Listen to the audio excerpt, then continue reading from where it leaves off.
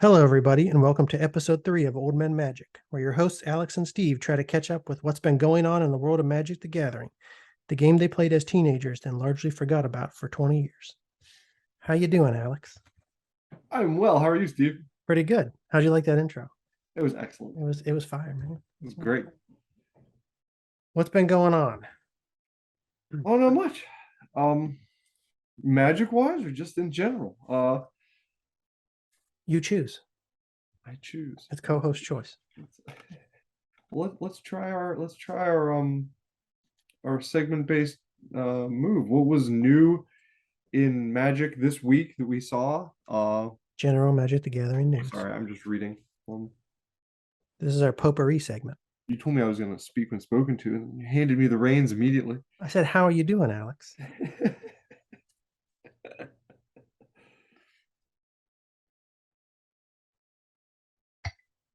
Did you find? Did you have news stories to talk about? I don't think I saw anything in the news. You sent me something actually.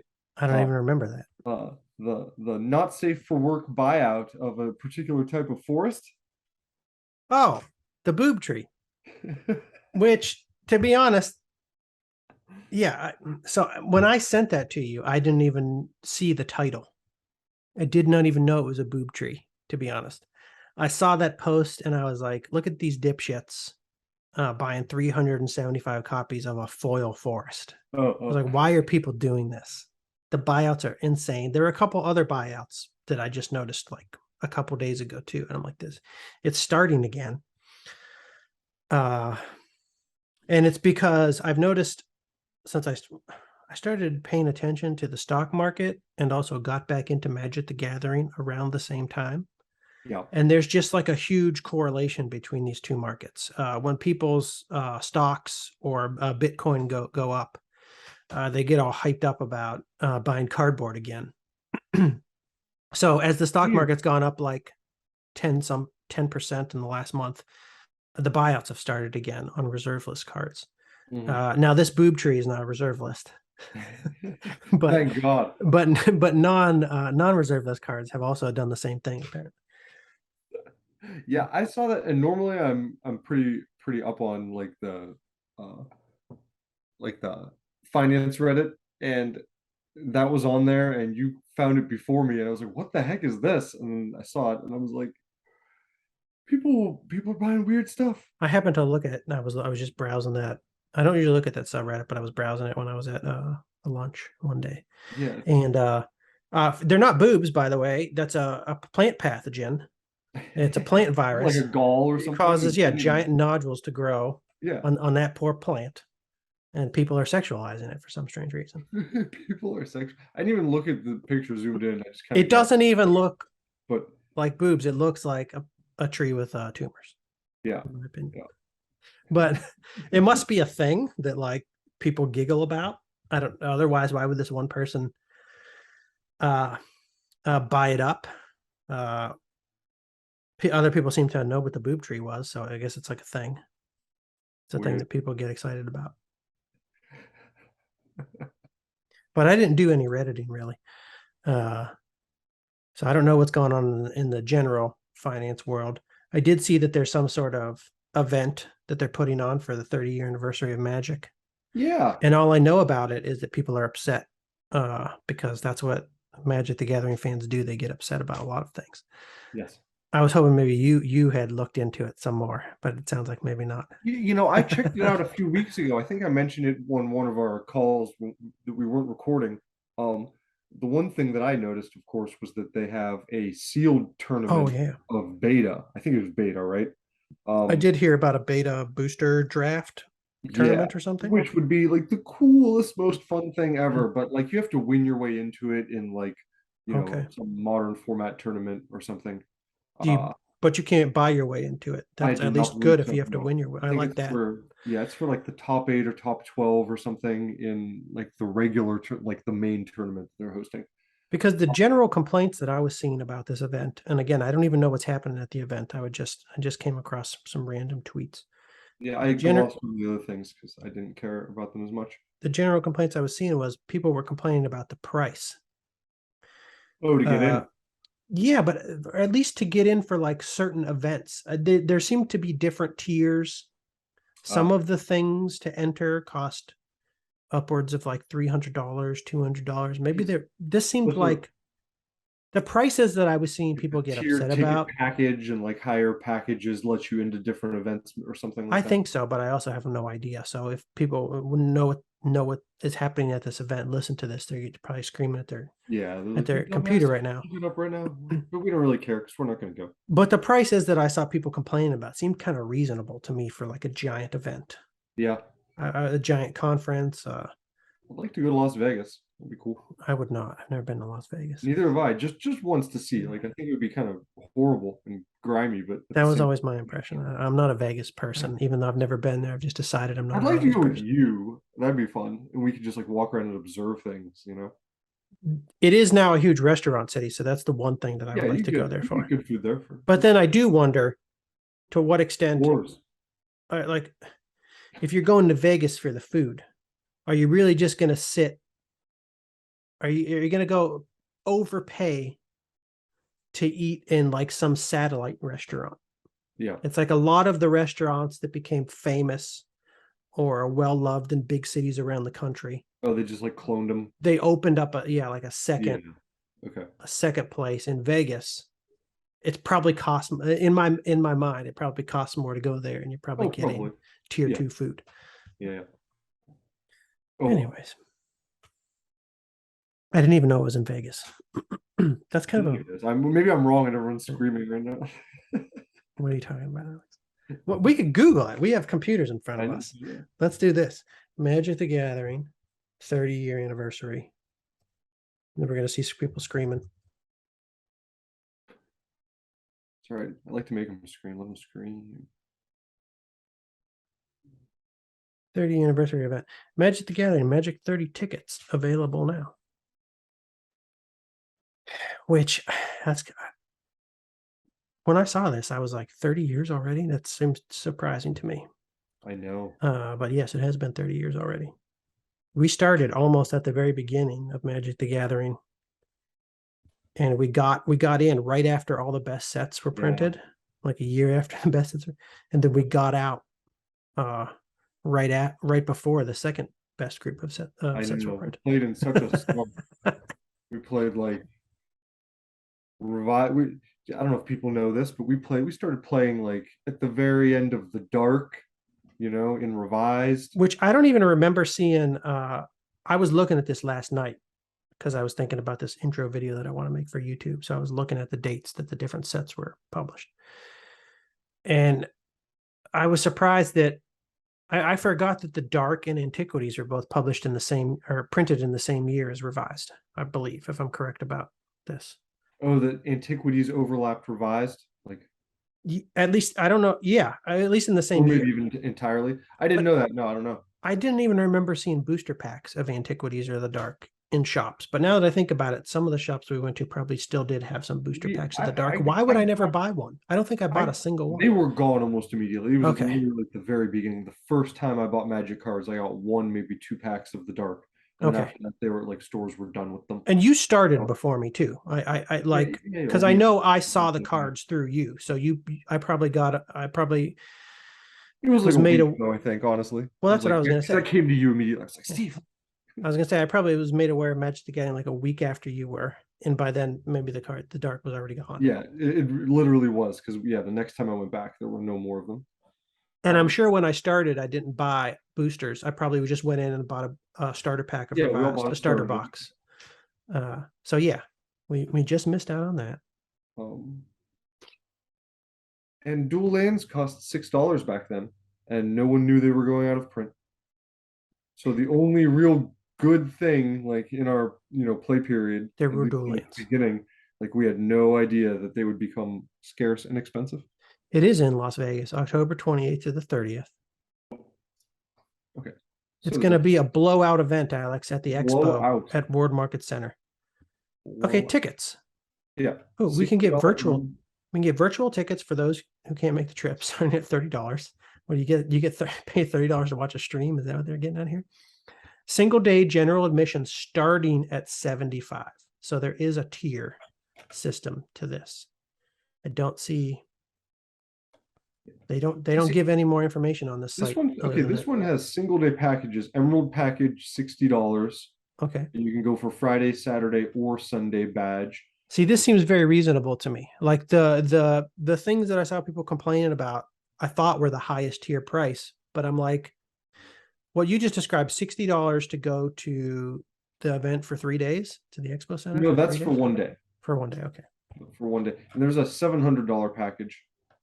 The Black Lotus VIP package. Of course. $700, weekend badge. So see, all these come with cards though. Yeah.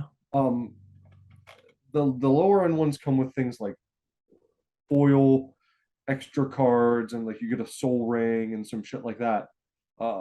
Like the Ruby package for $300 all weekend, and you get a foil soul ring and some Commander Legends draft boosters and Modern Horizons draft boosters. You get 10% off merchandise. So I mean, like there's stuff in there beyond the, like just what events you're going Yeah. to. If you just wanted to go to the events, you could buy a 3 1-day passes, $180 or something for 3 days. Yeah. Is there not a pack for 160? 160? Okay. Yeah. It doesn't seem outrageous when you're talking packs of cards too. It doesn't seem outrageous when you're talking about. I understand, maybe it's a lot of money. I'm not going to pretend like you'd have to travel to Las Vegas and then you got to buy a ticket for $60 for 1 day, over $100 for multiple days. But like we're talking about a major event in a major city, they have to rent on an expo center. I don't see these prices being any different than what you would expect to pay just to go to a music festival. No. These are like music festival ticket costs. The only thing that I can see is that the $700 Black Lotus package seems to include access to like 2 or 3 more like events. So I guess maybe some people are mad that they wouldn't be able to get into those without paying a lot. But I mean, whatever. That's how stuff works, I guess. Yeah, right? yeah. It didn't seem that outrageous to me. That's all. When I saw. And Magic Card people love spending money on stupid shit. Like I know. We work to get our paycheck to spend it on cardboard. Yeah. Some of these come with like a lot of cards too. It's weird. Is it all? It's all new stuff, probably, right? Yeah. Well, it's new stuff, and it seems like some stuff that's not for sale anymore or is just going out, like Commander Legends and Double Masters. Double There's Masters. Mystery boosters in there, and there's Dominaria United, so that's going to be new. It won't be new by then. You get to see talented cosplayers. You get to go to parties Friday and Saturday night, and is italicized. There's parties both nights, Alex. That's wild. An exclusive secret layer. Cosplayers. What'd you say? I said I would meet so many talented cosplayers. Olivia Gobert Hicks and Talia Vess. I don't know what that means. Those are 2 of the featured cosplayers. I don't know who they are. They're probably very talented. Probably. But yeah, that was the only piece of Magic the Gathering news that I really saw this week. There's no new sets coming out. I don't know when Dominaria is coming out. I haven't really been paying attention. They just announced, I think, pre-orders for that. Is that the next one? I think there's Dominaria United and then Brothers War. Is that how I think that works? I've been hearing the word Dominaria a lot, so I'm assuming that's the next one coming. Just announced pre-orders for it. I think I saw a blurb about it.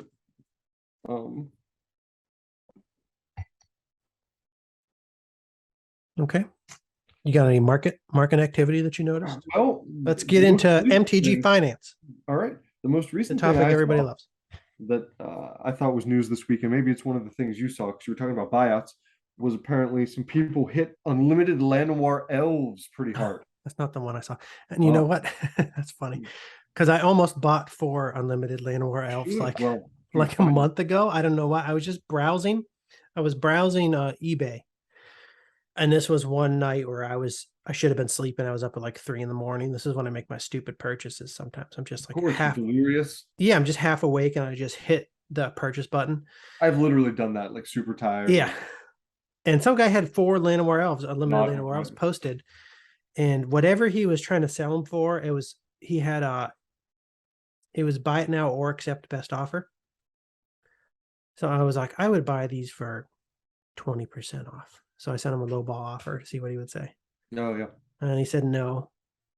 But he made a counter offer of 10% off. And I was like, nah. Nah. And I said no. So I don't have 4 unlimited Land of War Elves. But now I don't know what I might regret that based on what you're going to tell me about the price. It was a couple months ago. I was buying up a few like unlimited singles just to have them for like decks and stuff. And because I thought, they're low price. They've been, very reasonable, $2-3 for some of them. And I bought at least one. I don't know if I got a full 4. Maybe I bought 2. So I'm kind of glad I did now, I guess. My question is, can that kind of thing last? There's a lot of them. I don't think there's a lot of demand for, but I go back and forth with this because if there's enough interest in staging buyouts of cards, then I think unlimited anything is probably going to be an eventual target, right? I think it will be.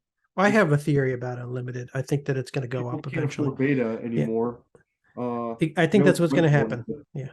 As they get priced out of alpha and beta, they're going to find a reason. They're going to find a reason why they love unlimited. And unlimited is awesome.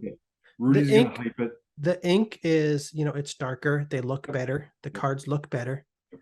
But people are going to convince themselves that they want the first white bordered edition of everything. Right. The white border is going to be a thing. For all these years, it was the black border. The black border looks better. In most cases, it does look better.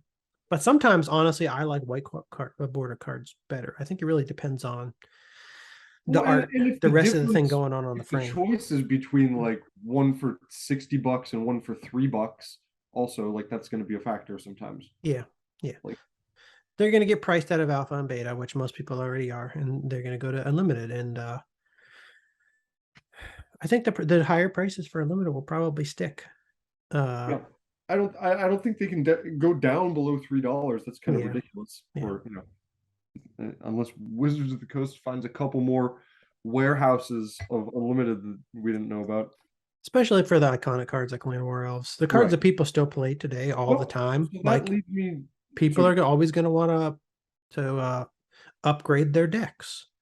Yeah. And if they can't afford alpha and beta, they're going to go for historic. Some people want to do project decks. And they're like, I'm going to make an unlimited deck. I'm going to make a 93, 94 deck, or a 93 deck, whatever. So that just I guess then the obvious question following Land of War Elves is what's next. If you look at some of the most like common and iconic commons in unlimited, looking at cards like, in my opinion, Giant Growth, Terror, Fireball, Disenchant, a few others, maybe like Unsummon, Twiddle, Pestilence. There's a lot more, obviously, but those are some that I've noticed. And I kind of read those first few in order of price. Giant Growth's about $3. Terror is about 4, maybe 5. It's been wiggling a little. Fireball's a few more, like $7, $8. Disenchant, same thing. To me, Giant Growth seems like a great target. If you can get a couple of those, I already have a few unlimited Giant Growths, $3. That's seems like a, I should get some. I was excited. I almost bought some unlimited stuff. I had my eye on them, but then I learned about pre-modern. I got interested in pre-modern, and I'm like, oh, I have none of these cards. I want to build decks in this format. I don't have anything. So like, when it comes to spending $5 on something, I could get a unlimited common. Yeah, you've been buying a little more for playing and deck building. Yeah, or I could buy a $5 rare in pre-modern, and I already have my revised Disenchants. I bought revised. There were commons that I wanted because I got rid of them back in the day, and like 2 months ago or a month and a half ago, I placed a big revised order for just commons that I would want to play in like some Pauper decks or something. I got my 4 revised Giant Growths, my 4 revised. I still want to get some Howling Minds, and unstable, that's annoyingly expensive in revised. Are they like above 20 now, or? I don't. Last time I looked, they were pretty much always $15 or $13. Yeah, I looked at those too. There are a few things that I would like to buy in revised, but I want them to be cheaper. Howling Mine was one of them. Yeah. I think Ankh of Mishra was another. I was looking at something like a month ago, and I was like, oh, I want to put that in a deck. I need some Ankhs for this deck that I wanted to build. I don't remember what the deck was. Yeah, Howling Mine is 15. What are Ankh of Mishra's running right now? $4. I still didn't want to buy Right, you don't four feel Ankh like of buying Mishra's. that. That was like a 25-cent card, Yeah. bro. You know. Yeah, I wanted them for 50 cents. Because I'm honestly probably never gonna play with it, to be honest. When I see a price for like Howling Mine and Revised like that, it makes me really, people hate on. We've talked about this a little bit before, but like people hate on Revised as an investment because they're like, oh, they printed so much of it. But I don't know. I think some of that's just misapplying, that memory to today's standards. Like they did print a lot of it for that time period, but uh, a lot of time has passed and a lot of cards have been lost and destroyed, and they And the print player base cards has from that grown. now. Yeah, if the player base keeps growing, I don't see it going anywhere other than up. But if the player base collapses, then people holding Revised Right, or it'll be what the they first think to is an go. investment are in trouble. Yeah. Yeah, it'll be the first to go, of course. But I mean, if Howling Mine, which has been reprinted and stuff, like if that can hold a little bit of value, and obviously you have cards like Fork, even without getting into the big ones, Fork and Brain Geyser, Vesuvian Doppelganger, like it shows that these cards are maybe a little more rare than people think because those cards that have demand have gone up. I don't Yeah. know, just my opinion. Another one that I looked at was Cormus Bell. I don't know if you remember Cormus Yeah, Bell. that seems to hold value in all the sets that it's in, and it's like higher than I would have expected it to be on the list of cards. It looked like somebody tried to buy out on that early 2022 because it went from 250 to $12 in the course of 2 to 3 months. But it's been going down from $12 now. It's down to under $5 market price. So whatever that buyout was, it's in its stick. I don't know why don't I see that? I'm like, is it because the people just immediately started unloading what they had, or did they just all come out of shoe boxes? I don't even know any longer. Yeah, that's weird. I don't know. The other thing I'm noticing about Cormus Bell when I looked this up is it has not been printed since Revised. Oh, really? It is not reserve list, Wasn't but in fourth edition or something? no. Not Oh, reserved, sorry. not reprinted since. Fourth edition. It hasn't been Oh. reprinted since fourth edition. Hmm. I guess there's probably a ton. If people talk about Revised being massively like a massive print run, I wonder what the fourth edition print one was like. I don't even know. I mean, it was bigger. It was bigger. I remember reading the numbers, but yes, it's definitely Okay. big. Fourth and So- fifth edition were more than Revised. So yeah. Who knows if something that's been printed in Revised and fourth edition can ever hold value. What was Mana Crypt? Look at, I mean, how about Sylvan Library in fourth and fifth edition? That is true. That's a weird one. There's just so much demand for it. People want that for, I guess multiple formats. And Yeah, that's you what want it is. maybe It's more of them, more than one for a deck. And so I don't know. multiple formats, including Commander. People want that card for. That was one of the things that surprised me when I first started looking into Magic again, like 2 months ago.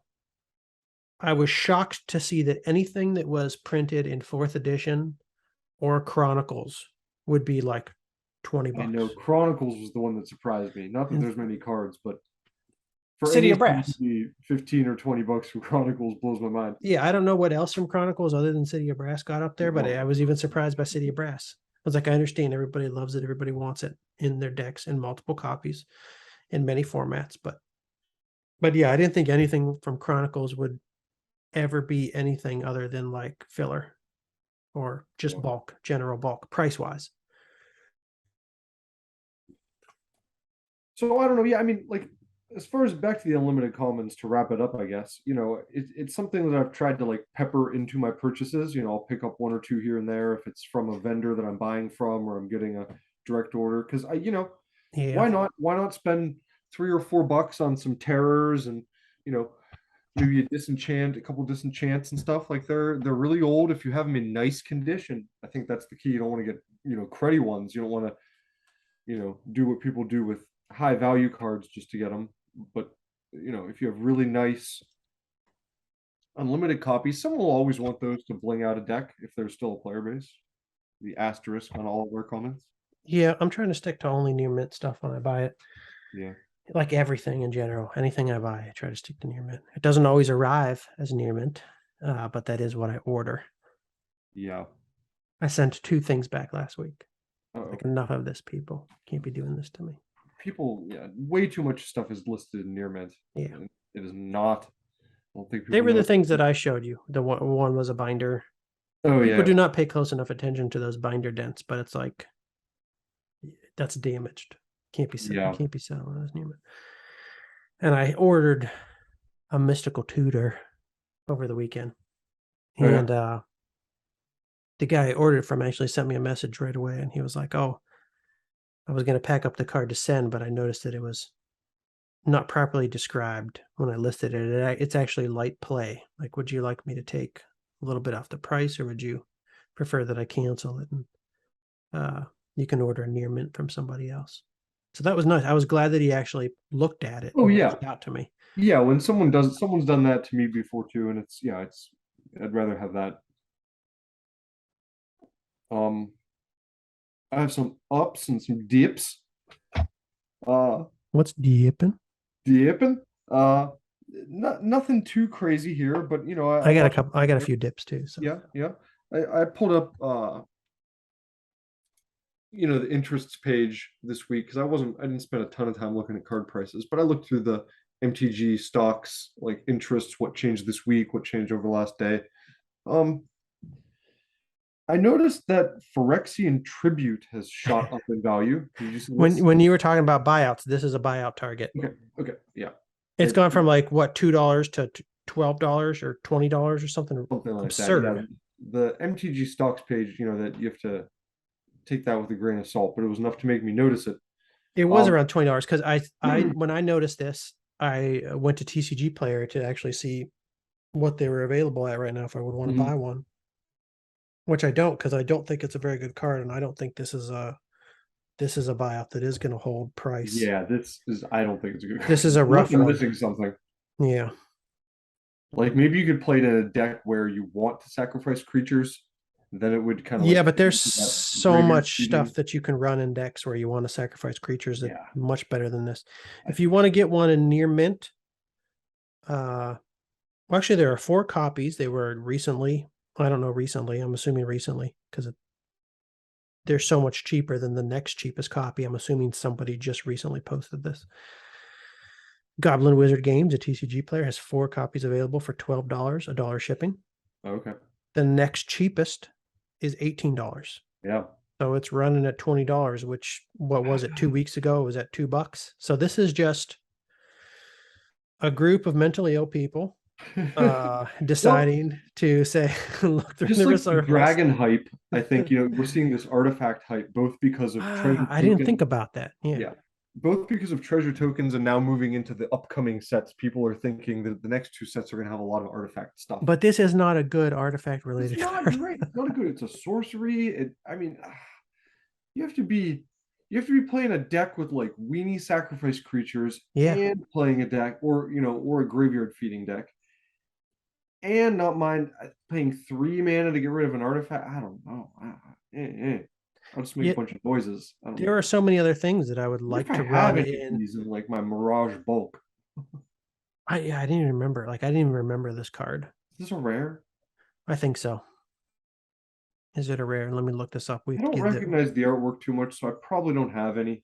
We have to give the people accurate information. Yes, it is a rare. And when I got back into Magic, I started buying Mirage too. I didn't buy any of this card because it just didn't look interesting to me. Yeah. And I don't think it's really interesting to anybody. I do believe that there's a reason that it never got above like $1.50 for 20 years. I don't think people play this card. I don't think they're going to play this card even after the Brothers War sets published. Yeah, I agree. Because printed. People are also maybe forgetting that if those sets are artifact heavy, the next 2 sets, they might also have some like artifact affecting spells that are better than some of these old ones. You know what I mean? Like artifact destruction. So we don't know. You know what though? I was looking through the Antiquities set a few weeks ago, just for things that Say kind of looked in. artifact blast. Say artifact blast. I wasn't going to Say say artifact blast. Say For things that looked interesting, they weren't too expensive because I was like, I don't have really any. I have almost no antiquities cards. I'm not going to spend big on the big things in antiquities. It's never been one of my favorite sets, but I was like, oh, there's some interesting. Are there some interesting things that I could pick up at a good price? And I saw Circle of Protection artifacts. I do want to buy a Circle Protection artifact. Maybe that's going to go nuts. How much is that? Is it like over $10? I think it's slightly over $10. It has been reprinted in some later edition. I can't remember what edition they reprinted it, but I was like, this is a cool card.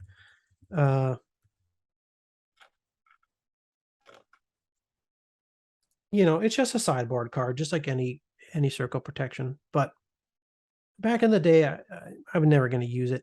We never played against anybody who ran artifact heavy decks.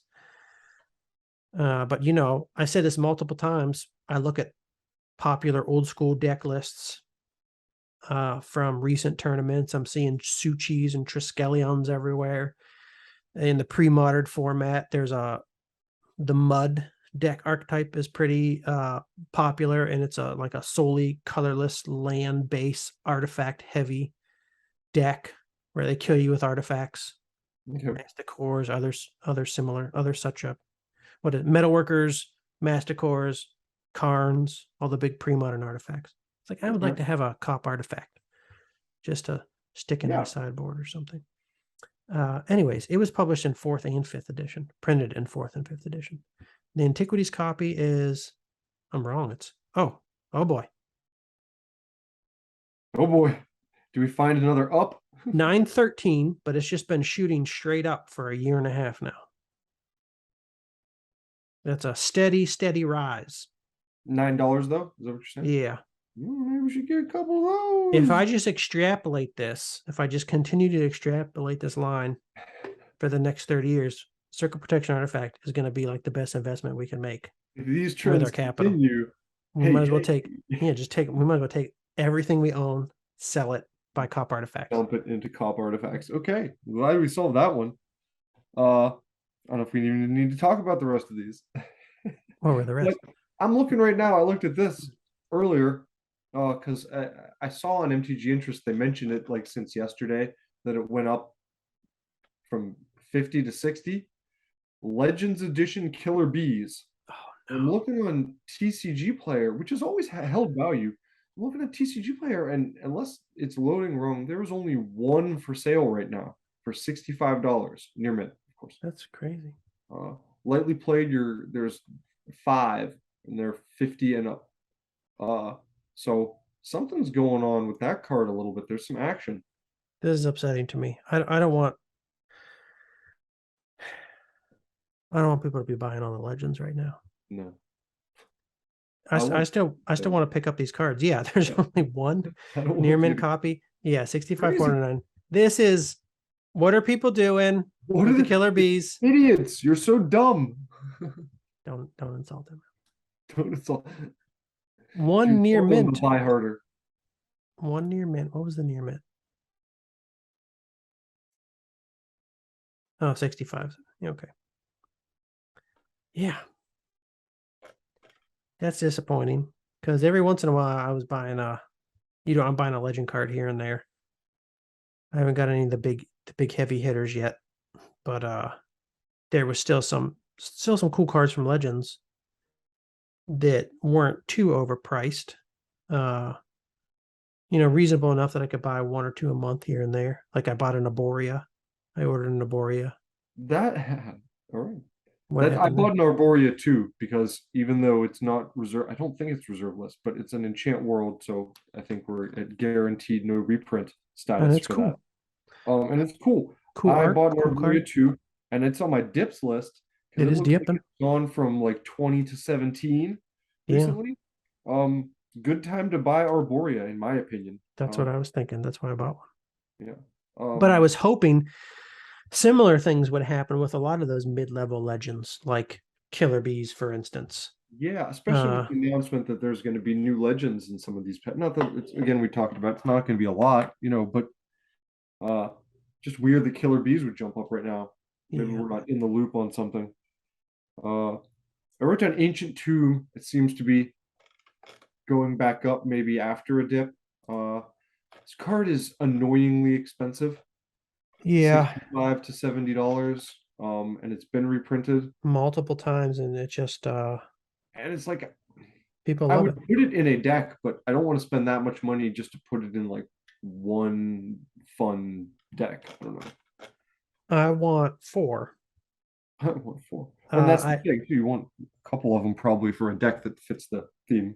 Yeah, people have them in artifact heavy decks where they don't care if the mana is colorless, and they can get out high casting cost artifacts quickly.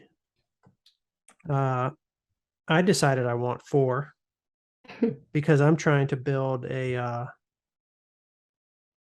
mono white deck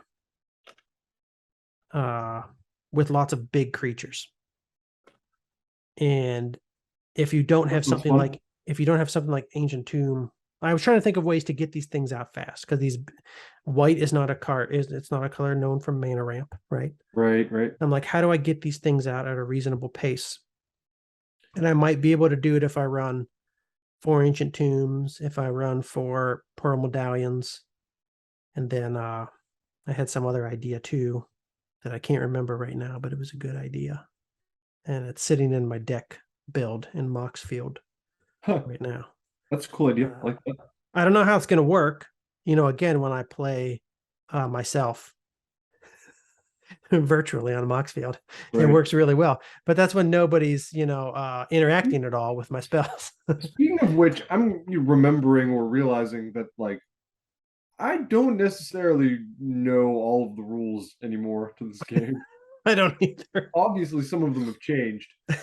But like even at like the level we were playing back in the day, I'm like, what would you do in this situation? I used to know, but like I don't know. I said something dumb last week, I think, about it. And I was like, oh yeah, no, that card doesn't work that way. I don't remember either, which is why I It was was thinking. about, it was about a card that can't be targeted, and I was like, when it's in the graveyard, like that ability doesn't, you know what I mean? It's not. You can target it when it's in the graveyard. It's just when it's in play, you can't target the spell. I don't really remember I don't remember the context or anything. But I was thinking about that the other day. I was like, oh, when I start playing, you and I have to play for a little while before I play with anybody else. Because we can figure this. We can work I don't remember how to play. Totally. Another pump. What do we call the ups? We know we call the dips, but what it's a pump before the dump. Okay. Grindstone, which I wanted some of. Oh, that's weird. To make a mill deck from Tempest is I have a grindstone. Oh, baby. There's only a couple of them, and they're $40. Are you serious? I am serious. Wait, what was it like 3 weeks ago? Because this was not a $40 card, was it? I think it was $30. Okay, I just wasn't paying attention because I just had it sitting in my. It was one of the, when I got rid of most of my cards, I kept all of the rares. They weren't actually valuable enough to make it worth my time to sell them on eBay. Yeah. Like I sold my dual lands, I sold my moat, I sold my library.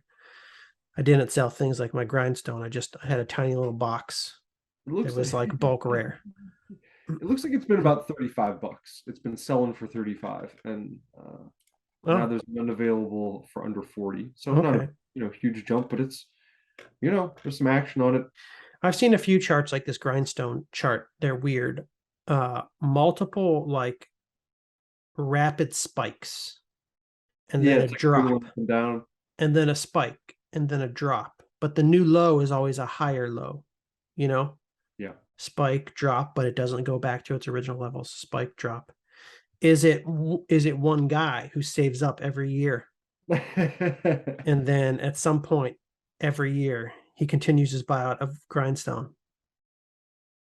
He's just grinding it out. He's grinding it out on the grindstones.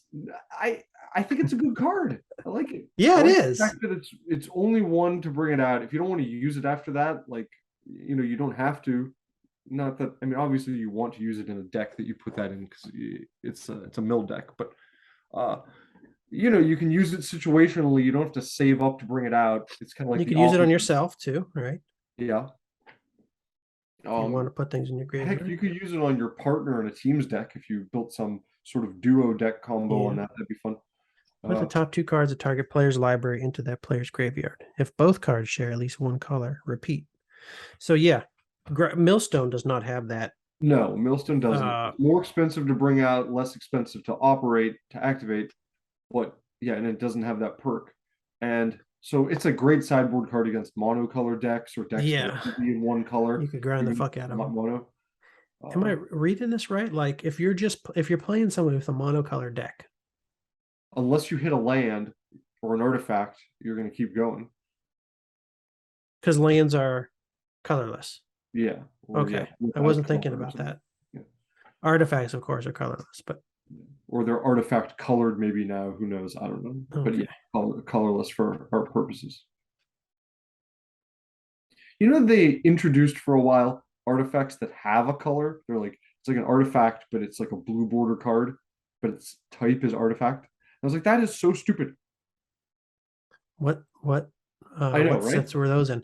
They must have been. Are they new frame? Because I haven't gotten that far. Yeah, I think they're new frame. I think new frame stuff. Another reason for me not to pay attention. I think they said they're not going to do that anymore. I think they want artifacts to like have their own flavor and they were on drugs. Yeah. Those were the big ups, I think. I noticed a few cards actually from Forgotten Realms and Baldur's Gate that went up a little bit, but they're not a big deal. Probably nothing really worth speaking of. See what it was.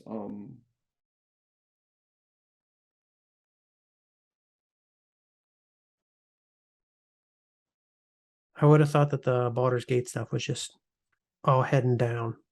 I don't hear anybody talk about any Baldur's Gate cards. They're really excited about things they're collecting. There's a few cards in the set that people want, and they seem to have some value. The question is, will the fact that the set tanked, how will that change things? Because does it mean that people won't open it, and then those cards will be scarce in the market? Yeah, you know what I mean? Or be sitting in Rudy's warehouse. Yeah, yeah. So it seems like there are some cards with value in the set, but I know the dragons. Yeah, the dragons. Copper dragon. I hear people Black Market Connections. Don't know what that is. Black Market Connections is an enchantment. I didn't want to read it all. Is it long? That's too long, and the print is so tiny. I don't have my glasses. You can pay 2 life to draw a card. You can pay 1 life to create a treasure token. You can create a 3/2 shapeshifter creature, all by paying life. It costs 2 and a black to bring out, and it's enchantment, and then you can pay life to do all those things like fill your hand up with cards. And so I think the consensus is that there's maybe like 1 or 2 other cards that work better than that. I can't remember. Okay. I saw 1 or 2 other ones on there. People are thinking there's some way to break this card, or that it could be broken in some way. Yeah. Oh, that one with the hamster, that seems to have gone up a few dollars. Google that, the one with the hamster. Portable hole. What's it called? Some of these are from the Commander Adventures in Forgotten Realms, so it's confusing too. It's something on here. I keep forgetting what it's called. Stupid hamster.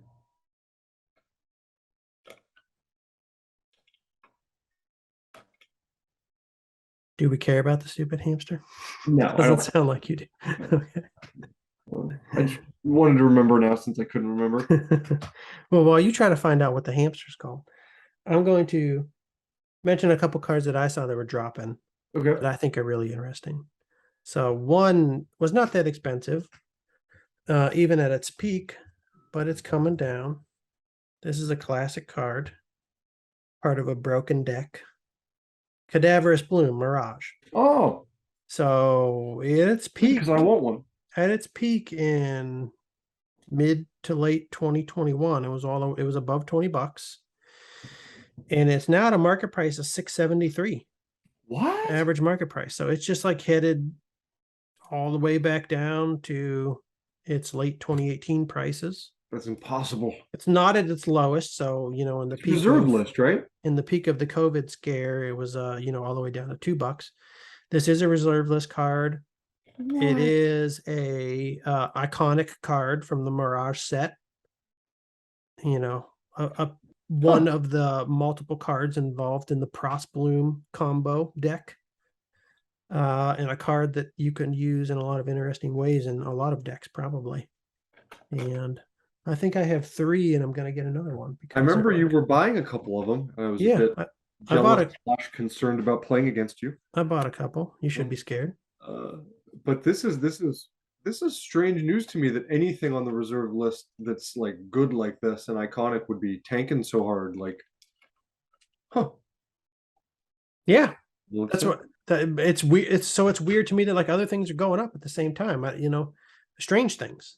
yeah, But this is what I'm looking for. I'm looking for cards that I actually want to play with right. that operate in well in powerful decks that you can do a lot of cool things with, and that are also getting cheaper at the same time. Again, I look at these old prices from when we weren't paying attention to Magic, and I'm like, yeah, even the stuff that's getting cheaper right now is not cheap at all compared to where it's been for Yeah, like the past 10 years. a lot Could of have bought stuff this was for like nothing. $5 or less. You But know, It's- it's approaching the $5 range again. So I think I'll pick up a fourth, finish out my play set at some point. The other two are newer cards to me, but still old cards. Second one is Dream Halls. This is a card from Stronghold. This is another reserve list remember this. card. It's had multiple step ups, followed by some downs, higher lows.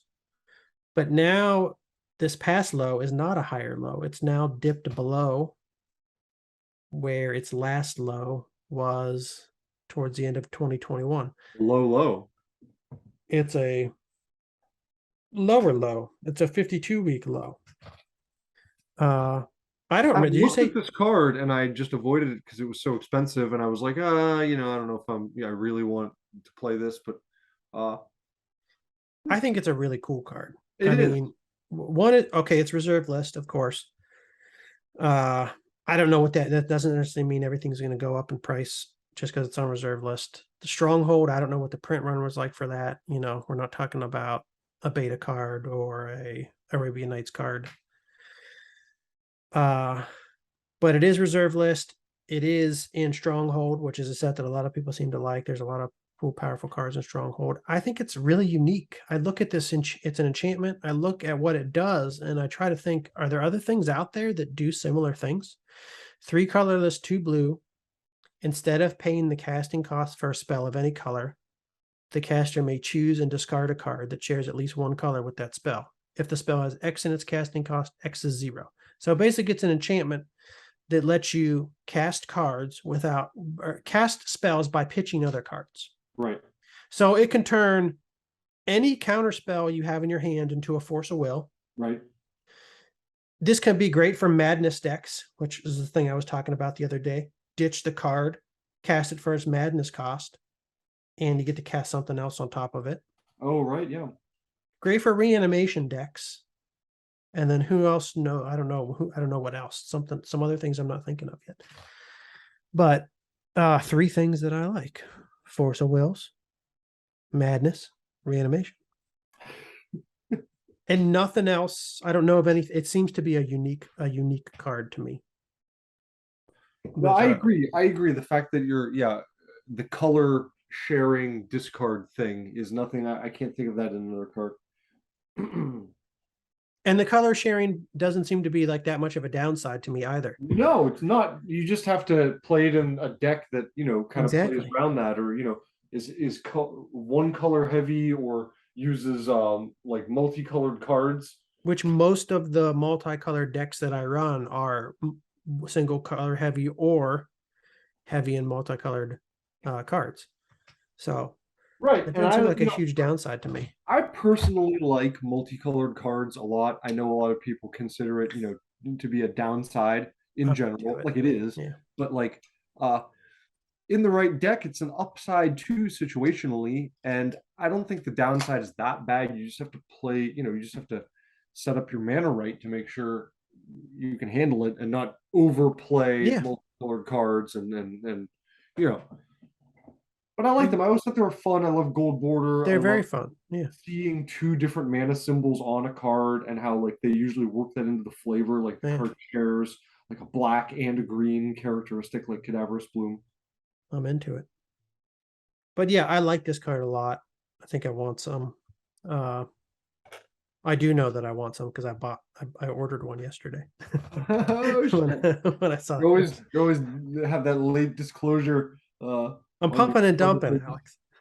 yeah. This is the whole purpose of this show. I see what Jake and Joel or Magic can do with the market moves. They mention a card, it shoots up. I see what the command zone does to prices. I see what Rudy does to prices. The whole reason I'm starting this podcast is so I could talk my book. Hell yeah. Anyways, Pump up the shit we want. And so what it is. I'm That gonna guy buy with this. the little smile. I'm gonna buy this Dream Halls. Our 3 listeners are gonna listen. Yeah. They're all gonna try buyouts on the Dream Halls because they're gonna be so excited about this card. And then I'm gonna dump and I'm gonna make like 50 fucking bucks. Yeah. Have a barbecue. And then have a barbecue. And I know, I said, turns all your counter spells into a force of will. I understand it. Like the great thing about force of will is you can use it like to counter that turn one bullshit right that away. somebody's gonna. You can't do that with Dream Halls because you got to pay 3 colors and 2 blue to play it. So it's not really turning all your counter spells into a force of will. But later in the game, sometimes force of wills are good later in the game too when you pitch it. Big surprise factor. Exactly. You played in a deck that lets you draw lots of cards, big hand deck. Yeah. I don't know. I love big hand decks. I like it. I think it's cool. That 3 and 2 blue is scary. 5 casting costs like that is, I'm like, when it's on an enchantment for some reason, I'm like, am I gonna get this out early enough to make a difference? Yeah. But, I don't know. I still like it. Maybe not. I need to do some research. I did some very brief research the other day on like what kind of decks people run this in. I'm like, I haven't seen any pre-modern decks I've been seeing. I haven't seen Dream Halls showing up. I wonder if you could play like a black blue or black green, for like the mana ramp and have it be mostly blue, but you're having like, adding dark rituals or adding, green mana. Well, I mean, production. These are the exact things I was thinking about playing, like blue green, mana ramp madness, Really? blue black, reanimation, psychotog bullshit, pitching cards, feed them to the tog, stuff like that. Oh yeah, that'd be fun. I'm probably thinking about making decks that people all made like 20 years ago, but it's new to me. It's new to me, damn Whatever. it. I'm into it. I got one more. It's another pre-modern. This is a pre-modern classic. This is run in. It's often. Oh no, I was confusing. I was gonna say it's often run in the Rock, which is a deck that I talked about last week, but I'm lying. This is a different card. Oh. This card is Hermit Druid. With the squirrels? No, that's what I was thinking of when I was going to talk. That's Deranged Hermit. This is another Hermit card. There are multiple. I just typed in a Hermit the other day. There's so many Hermits. I'm going to have to make. Yes, I've seen this. This is reserve list, isn't it? It is reserve list. It's another Stronghold card. Sorry, it's not reserve list. We're putting out fake news. Oh shit. Mid 2020, it was up to $22. Then it plummeted again down to about 11, 12. Spiked again mid 2021 to about $20. Now it's come down to about 10. So 2019 it was about $6. I think this is a reasonable price right now for this card. I almost bought this, and then I kind of was like, no, I'm spending money on anything that's reserve list, and this isn't reserve list. Oh God, it's not even reserve list. I just told you. I was looking at it then. I must have found it in my I'm not sure how I found it. What cross section of searching, if it was like a card I thought wouldn't be reprinted, or it hasn't been reprinted in a while, or I don't think it has been reprinted, and I doubt it is going to be reprinted because it can be pretty broken when running certain types of decks. Yeah, okay, so it's only been a judge promo and it's been in the list. Yeah. And so that means like low numbers. The thing I don't understand about the list, maybe one of our viewers can enlighten us. Is there any way to figure out for what time period a card was in the list, because it's like a long Yeah. running thing. It might have only been in the list for a while ago, or it could currently be in. I don't know how you figure that out other than looking at. I mean, you can look at the current in the list, but it doesn't tell you anything about the history. Tell me if you know this about the list, because I don't know exactly how it works. But the list is the group of cards from old sets that they're currently putting into new packs sometimes. Yeah. Is that correct? Yeah, So, and put a little there's a little symbol on them. okay, so that answers my question then. Because my question was going to be, are they doing things with cards that they put in the list like they're doing with Legends and Dominaria, where they're taking packs that they still No, have that haven't been sold, putting them in, or are they it's printing an additional actual reprint. copies? It has, if you look, like Okay. if you look up Hermit Druid, there's one. It has a little white symbol in the lower left-hand corner. Okay. And that tells you. Other than that, it looks just the same. It still has a stronghold symbol in like the set symbol area, So they do. Okay. That but answers my just put question. that little white thing on it to tell you. But yeah, That's this is a good card, and it would yeah. be great in like a black-green graveyard deck. You Yeah. know, uh, I got to look more into what kind of decks people run this in. I was actually just, I had a YouTube video playing earlier this morning from a pre-modern tournament, and the guy was running Hermit Druids in his deck, and it was a big part of his deck. But I wasn't totally paying attention. I was cooking salmon. Damon.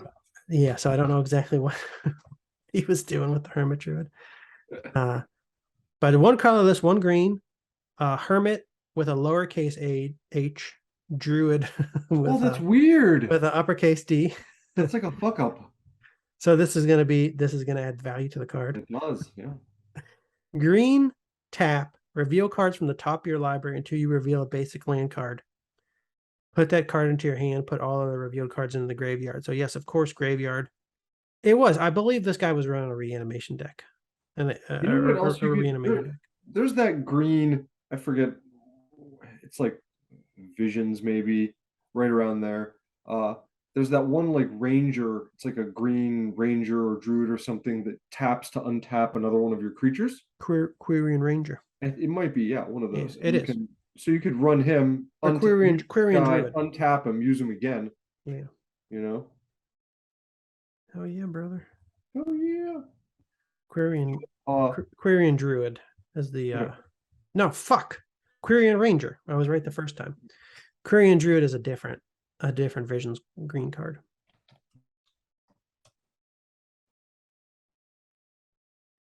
So those are the 3 dips that I saw this week that got me excited.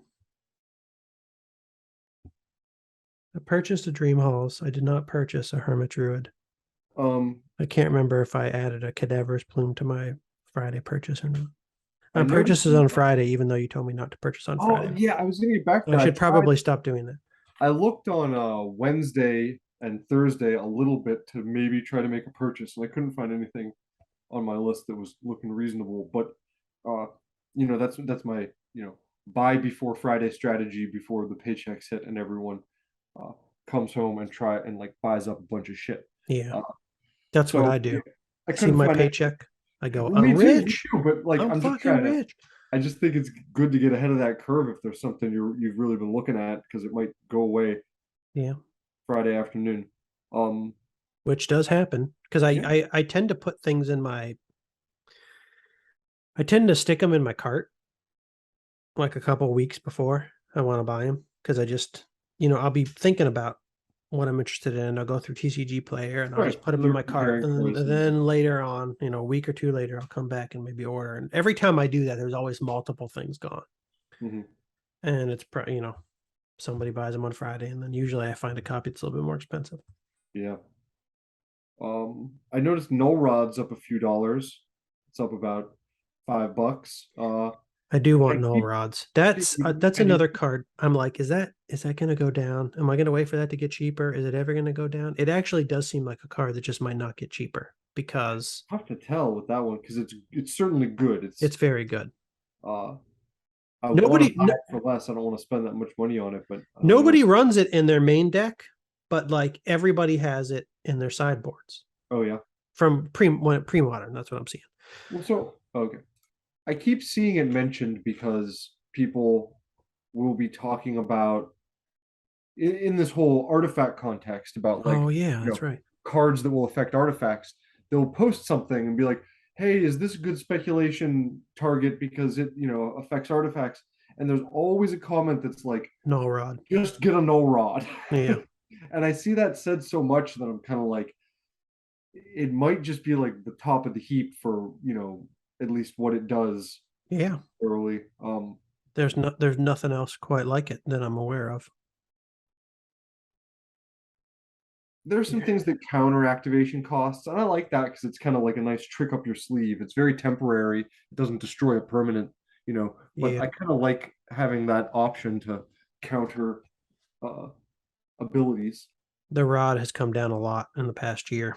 Oh, really? Almost halved. I mean, it was up to 180 bucks. Oh, wow. Okay.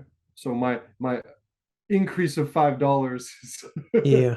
not too significant. But again, this price of 180 bucks was Yeah, that was the the, crazy the price. madness that was happening from 2020 to mid 2021.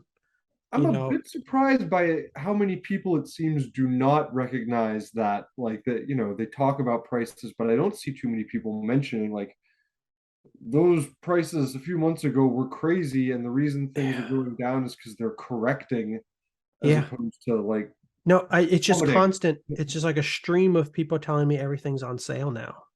And I'm like, bro, everything is 2 to 6 times what it was priced 2.5 years 4 years ago. ago, 4 years ago, yeah. It's because all markets are just totally out of whack. Housing markets, stock market, the Magic the Gathering market. Mhm. It's like maybe there's some stuff out there that's not wildly overpriced any longer, but I don't know that nothing's cheap. Nothing's cheap right now. Nothing's on sale. And Yeah, I understand we're in a world where we had inflation, but we haven't had 300% inflation. right. We've had 9% quarterly inflation for a few quarters. It's not the collectible market is just crazy, just like the equity market. So I get confused when I'm hearing all these people talk about how things are cheap now. I first noticed it when I bought a couple dual lands like earlier in the year, and then I stopped that because I was like, what am I doing? I'm not going to be able to build up the collection that I want to like play in these old school formats. Yeah. And then I learned about pre-modern. I was like, okay, instead of buying one $300 dual land or two $300 dual lands, I could build a kick-ass pre-modern deck with cards that are also reserve lists and cards that are also powerful and awesome. So I Mhm. started kind of thinking about that instead. But the dual lands started to come down a little bit. People were like, dual lands are on sale. This is like the best time to buy dual lands. And I'm like trying to figure out what in the world they're talking about.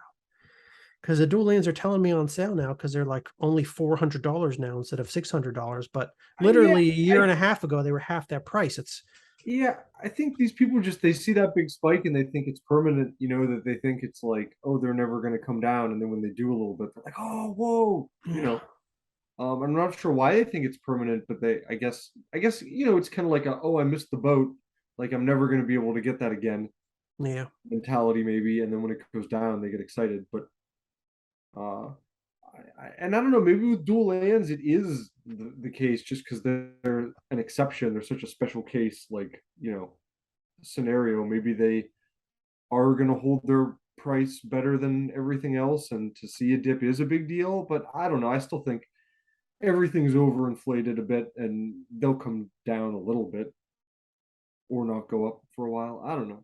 I would think I'm so just too. bad with it. Yeah, I also hear some people be like, the market's been flat for so long. I'm like, what the fuck are you talking about? Waiting a year for your magic card to double in price, that's not a long time to have to wait. Like the fact that Yeah. your magic card didn't change in price for like a year doesn't really mean to me that the market's like super flat and just about to No, spike again.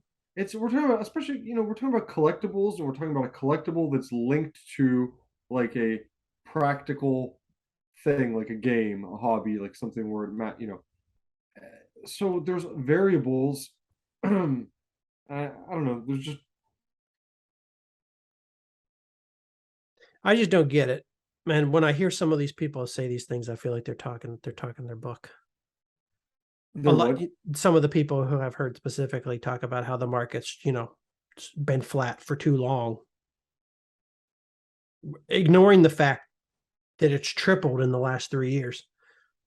These are people who have, their business is selling these cards. So yeah, like it's just hype to sell cards. That's how I feel. Yeah. Especially this, market flat. What the fuck are we talking about, man? Look at the prices. Look at the prices in 2019. These things are like overperforming massively. Anyways, those are all of my dips. Yeah, that's about it for me too. Nameless race, that weird doppelganger guy. Oh yeah, from the dark. It dropped a couple bucks, but that's because it spiked a couple bucks a little while ago. There was kind of like mini buyout on it, and now I think it's like settling back down a little bit. So I just like to bring up a card I see like that had some activity and then it drops back down because it shows you that does happen if buyouts aren't very effective. Thran Tome is doing something weird because which one? Thran Tome. It's a Weatherlight, I think, card. I don't even remember what that is. I have one of them from Thran Tome. This is a tome that I don't know. I know Jam Day Tome. I know it's forecasting Javelin Tome. You tap it for 5, which is a lot. Reveal the top 3 cards of your library to an opponent. Bury one of those cards of that opponent's choice, and you draw the rest. Oh, Jesus. So you can draw 2 cards with it, minus the one that your opponent doesn't want you to draw. I got to read this. I got to read this again. Yeah. Reveal the top 3 cards of your library to target opponent. Bury one that the opponent gets to choose. Draw the remaining cards. Okay. I mean, I don't love this at all, but it's not great. It's 5 mana to do that. It's the kind of card that I feel like you can look at and be like, okay, you could maybe break this somehow, and that's why people are interested in it. It's had some weird activity. I'm not sure. I noticed it a while ago because I think someone was trying to do a buyout. And the graph doesn't really show it because it kind of shows that it's down at the moment, or at least just back. I don't know. The graph's weird that I'm looking at, but I do remember it had some activity a few weeks ago, like someone was trying to buy it. Yeah, I don't really know what to do with this card. And now it's back. So MtG stocks interest says it's down from 16 to 7. Oh, Lordy.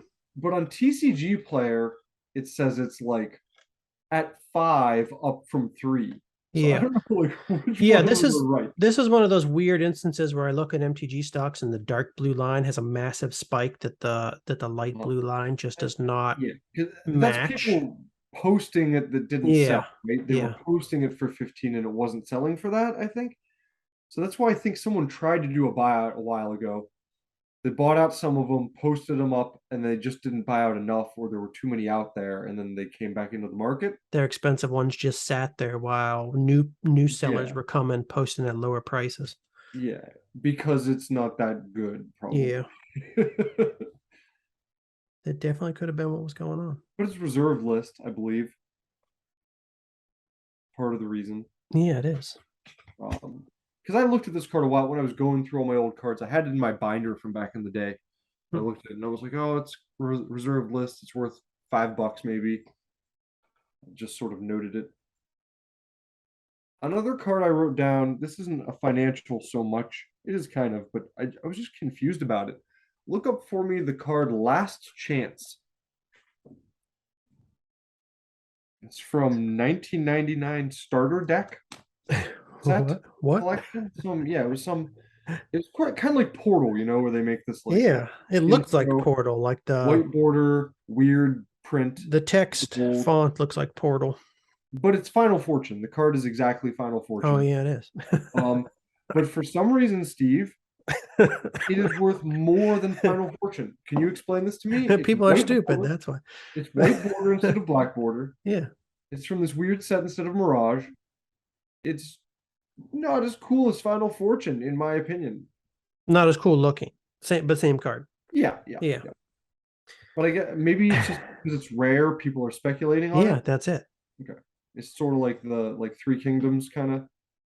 I think so, but at least with the three, I mean, the Portal Three Kingdoms, I don't remember seeing cards that were the exact same card as other cards, but you have different names. Oh, right, it has unique cards in it for Yeah, sure. so Yeah. the knock against Portal Three Kingdoms is that like this may have been a similar instance. Portal Three Kingdoms, from what I've heard, was like planned as a starter set for Uh-huh. like people in different markets. I know So Portal was, so yeah, I the assume mechanics were basic. The fairly cards simple. Yeah. were Just basic, plug in simple to here. follow. So there's not a lot of like high powered stuff in it. Not a lot of super complicated, like big Yeah. text. Yeah. Yeah. I don't know why I started saying that. I lost track of I lost my train of thought. That's okay. But It was planned as a starter oh set. oh yeah, yeah. So they're not the most competitive cards uh from a gameplay standpoint, which is why people aren't gobbling them up. But they are at least like it is a unique card. They're different cards, they're unique cards. Whereas this is just Final Fortune with a different name. Yeah. Is Final Fortune still just 2 red? Yeah. Come on, people. Nobody's actually buying this card, are they? I don't know. Yeah, Final Fortune 2 red instant. Was this one even an instant? Oh my god, it's a sorcery. It's a worse What? Final Fortune. What? Oh, fools! These fools! I didn't even know. Oh, huh? Oh wait, look. There's a black border version of it Oh, in that's Portal. a $1,000,000,000. Last chance in Portal. That's the same price. It should be a $1,000,000,000 because it has a black border. What was that number? Oh, $1,000,000,000. I said a $1,000,000,000. Million? Okay. It's a few dollars different. You don't lose if you've already run. That's the flavor text. Is that the same flavor text as Final Fortune? No, they just add that in the Portal because it's like a basic set. They're giving you like extra instruction. It's like a rata, you know what I mean? Oh. Oh, okay, yeah. It's not even flavor text like I thought it was. Oh yeah. Wait, you don't lose it. Why would you have to explain that? I don't know. That's why I just thought it was a goofy You flavor don't lose text if you've quote. already won, Final Fortune says want all, lose all. which is great. A Zalfor and And aphorism. it has aphorisms, so if you don't know what that Yeah. word means, you learn it You go by like having this, this you card. Google. So it boosts your vocabulary. I Googled another word the other day that I saw on a magic card because I was like, what does that word mean? And I had flashbacks to being a kid and expanding my vocabulary through Magic Yeah, the Gathering. yeah. People knock our hobby in. But now I can't remember what that word When you was, so it pull it didn't up. stick. It didn't stick. Okay. My Do battery's an gonna die, episode Alex. on like magic vocab words and like magic cards that will boost your vocabulary and teach you sweet words. We That'd be could. fun. That'd Yeah, be a we fun could do that. episode. I'll start noting them down while you look for cards that look like Lou Ferrigno. I didn't want to spoil Oh, okay. it. Somebody's gonna steal my I idea. was trying to say it in code, but I couldn't think of anything. My computer is gonna die, and I left my charger downstairs, so I'm gonna run downstairs real quick. I may or may not edit this out. Depends on how quick I am. Okay, I'll be right back. Okay.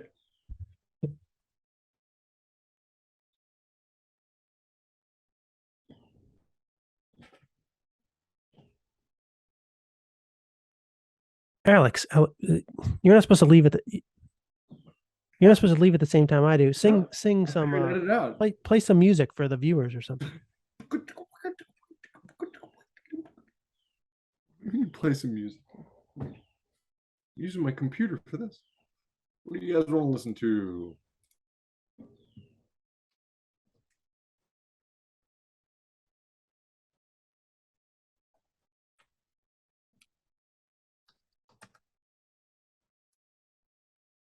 No music yet, just dead air. Do do do do do do. It's almost here. Here we go. I'm gonna find something. It took too long to find the music. This is why Lee always yells at me. Can't find the music fast enough.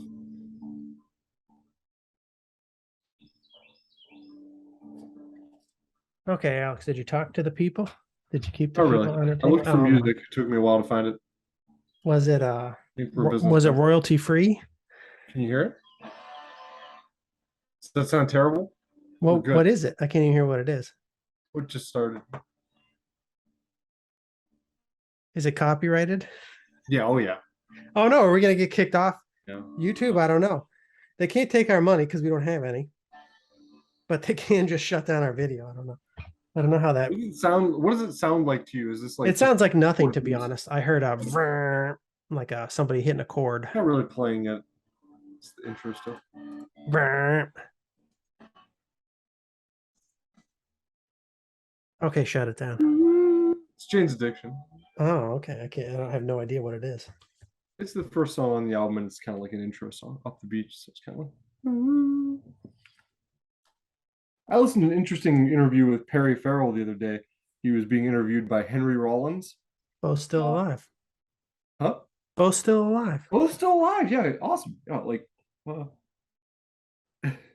um, I guess Perry Farrell was. I didn't know this, but he was the founder or co-founder of Lollapalooza. Yep. How did you not He know was that? talking all about the music industry and how shilly and awful and corporate it is, and Does that mean he's not involved with it any longer? I don't think it's still going on, is it? They just had Lollapalooza in Or- Chicago. Like, okay, I think it like went away and came back. it did. It was gone for a while, Yeah, and I know it happened last year, and I know it either happened this year or is about to happen. yeah. I don't know. This was a really old interview, but Okay. it was interesting. He was talking about the music industry, and it's pretty cool. Seemed like a pretty thoughtful, interesting dude. And I always like Henry Rollins too. He's awesome. Yeah. I don't know what he's up to these days. I haven't heard him. He does a lot of like, I mean, he does interview stuff, I guess. He does like spoken word, sort of like on stage storytelling kind of like stuff. It's like kind of like comedy, but like serious a lot of the time. And Mm-hmm. I wouldn't call it comedy. Like, I'm just saying it's like in the format of stand-up comedy, kind of like lecturing, sort of does talks kind of thing. Uh, and he's interesting. I like him. He's pretty cool dude. He's always getting into interesting stuff. I don't know. Sorry. Yeah, I've seen him. I've seen recordings of Download. some of his like storytelling shows. I know he's had or still has radio shows where he just DJs, plays all sorts of music. Oh, okay. Yeah. I can't remember where I He's came like an across these things, audiophile. but I know he did this whole thing on these like crazy speakers he bought. They're like he has like some like the 3 million. Yeah, speakers. he has some kind of like $3 million audio setup in his house or something. I'm making the number up, but it was an excessive amount of money that may They have look been like in the millions crazy of jet dollars. engines. Yeah, they were wild. But yeah, I don't know. Last Chance was that was a weird card. I noticed. I don't know how I came across it this week, but uh, I don't know why not Final Fortune. I guess it's me. I don't know. Final Fortune went up too because like I would like a Final Fortune, but I didn't buy it. I have But two of them from back in the day. oh, you son of So I'd like it to go up more, maybe. But I'll sell you, or I'll purchase one for you, from you. okay. 60%. 60% of the most recent eBay completed listing sale numbers. That's what I'll offer. No more. It's still coming down. That's good. Oh no, okay. It started to come down. It started to go back up again. Mirage. This is something. I'll trade it to you for your Tower of the Magistrate. That's kind of flat. This is something that I'm confused as to why I don't see this in more slide decks. Final Fortune? Yeah. Yeah. I don't know that I see this in any slide decks. You even think that back in the day, I thought it was a bit underplayed. People play like it was common. People played it a lot, but I mean, time walk. I think the thing with it is that it maybe just kind of falls into the category of like win more cards. Do you know what I mean? Like a card where like I'm already winning, if I can play this, and it That's just true. allows me to win more, like win bigger. You know what I Yeah. mean? Um, I don't know. It's hard for me to compare to Time Walk because I'm a like a newbie or a novice as far as knowing when to play and how to play Time Walk. I've I don't literally know if never people, played a time walk in my life. So yeah. I had one for a minute and I don't think I used it right. You know what I mean? I probably wasn't optimizing like the use of that extra turn, like either playing it too early or too late in the course of a game. Mm-hmm. So I'm not sure if the you're limited to playing Final Fortune towards the end of the game, I guess is what I'm saying. So if Yeah. you're not already in a position to You play, must, or else you lose the game afterwards. yeah. That's So true. And if you're already in a position where you're going to win the game next turn with, yeah, near certainty, then do you even need the Final Fortune in your right. deck? So and certain, I think it's helpful in marginal situations. There are going to be some games on the line where it like helps you get over that line. But yeah, I mean, with the 2 mana, I mean, you could instead of you could just lightning bolt someone twice too and win. I Like, mean, that's what I was thinking, a red deck. Yeah. you know. So I don't know. Maybe we should. I should think about Final Fortune more and how to play it, and maybe in a deck that isn't red, and maybe you could get more use out of it. Does that Yeah. make sense? Like it would be more of a surprise, and it would be in a deck that isn't red. Like that mana maybe would be, I don't know, better used for the extra turn than for the heat. Yeah. I don't know. Just never see it played. Something to think about. Seems pretty good. It sticks around. I mean, it holds some value. I mean, people want it, but again, why less the money than last chance? So weird. I think just people think it's rare, like it's unusual, right? I don't Yeah. know. And again, this one was $1 to $2 forever. That's weird. $1 to $2 forever until like mid Well, and 2020. it must have dropped to that, or again, this is they just don't have good data from 2013 and 2014. Yeah. Well, but Because they when do we have good played, data from 2018 to 2019. So I mean, we played this was what a $10 to $20 card. I have no idea. I have no memory at all Yeah, of. I mean it was over 10, maybe up to 20 at some point when we played. Like I couldn't even tell you when I was just like open to Mirage packs. I don't know what like even the price of the singles were because I didn't buy singles really. A Only a new few. set would come out, I would buy some. I would buy some packs. The only time I looked at prices is if like we would buy a scry or something. Yeah, I just And if we remember were like trading in our basement, we would look up the price to like right, make sure like what was like a fair and trade I price. remember this because I had the card, and Okay. you know, I don't know. I think I didn't get it from a pack. I think I had to either buy it or trade for it. So I remember that it like wasn't dirt cheap. You know what I mean? Yeah. So that's why I don't know when I see these like super flat graphs in like 2013, 2014. I have a lot of questions about the Yeah, price it data might just be the poor data, but from those times too. But like 2018, 2019, right, still wasn't much money. $1.50, $2.50. This Two this is the bucks. point I was trying to make. 2018 to Hmm. 2020, $1 to $2. Yeah, you're And right. then in a course of a year, Yeah, so 15 weird. 15x. Okay. And now people are telling you things are on sale because it's back down to 20. Right, We're yeah. still talking about 10x in 2 years. Yeah. That's very unusual when it comes to anything. You're right. No, you're absolutely right. And this is like all these cards.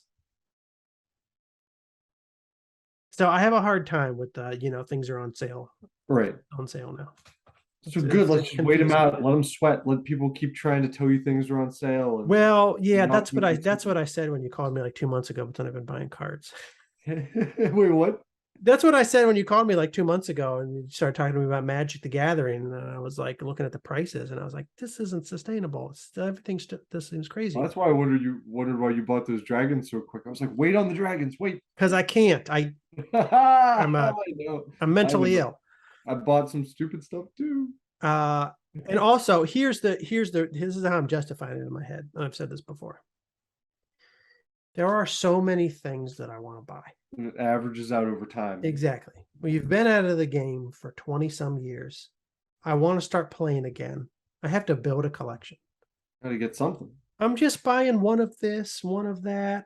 I'm buying 4 of things, but in pre-modern, they're not $50 most of the time. Although I did No, I buy think the pre-modern thing's great because, like I said, that there's some sets right after when we stopped that have a lot of cool, fun cards, and they aren't very expensive. And it's a great way to build a cube to play with, or some decks to play from those blocks of cards. A bug attacking me. But to get a lot of the stuff that I want, to get play sets of them, this is going to be a many year long process. Mm-hmm. So I'm telling myself in my head, okay, I believe things are way overpriced right now. If I buy one now and it drops 2-3 years from now, I buy another one, and then I buy a third. It'll average out to a reasonable price in my head. Yeah. I don't even have enough money to go like ham right now and just overbuy everything. Right. I'm not going to have the ability to do that, so I'm not worried about that. Although I have already spent too much money. I'm just trying to kind of like diversify a little bit. Like I said, like I'll buy a few cheap unlimited commons. I buy a few playable cards from Urza's Saga that I want. Yeah. Buy one big card. This is what I've been doing too. Like every month, I'll buy like 1 or 2 things from like the Dark or Legends. I'll buy some stuff from like Mirage, Visions, Weatherlight, like towards the tail end of when we were playing. And then I'm buying some stuff from sets that weren't even around when we were playing. Judgment, Nemesis, Scourge, stuff like that. I gotta pick up this Llanowar Wastes sometime, man. I'd like it to drop a couple bucks. Yeah, I picked up Painlands. Should I buy that at $11? What do you think about that? That's not terrible. No, it was like. Are you going to use it? It's been as low as 7 or 8 or 9 over the past year. Oh, and you know what? It's like you don't have to. You can buy a Llanowar Waste if you just want to play for $1. Oh, like New Border? Yeah, I'm looking at. Yeah, okay. Well, that's how I am too. I'm like, nah. I'm either buying. I'd rather pay $11 for the Old Border. With the Painlands, I'm buying Ice Age and Apocalypse, or I'm not buying. But if you were worried about the price and you just wanted to play, you could literally buy these cards for $1. Yeah. You get a playset for $4. The Apocalypse is going up again. Alex, it's going up. Buy at 11, pounce on it. I can get 2 of them for 11. I think I have 2, so I would say, yeah, because I bought 2 recently. Bayou is one of the dual lands I want the most. Yeah. So I mean, this would be a nice substitute to help me build some black-green decks.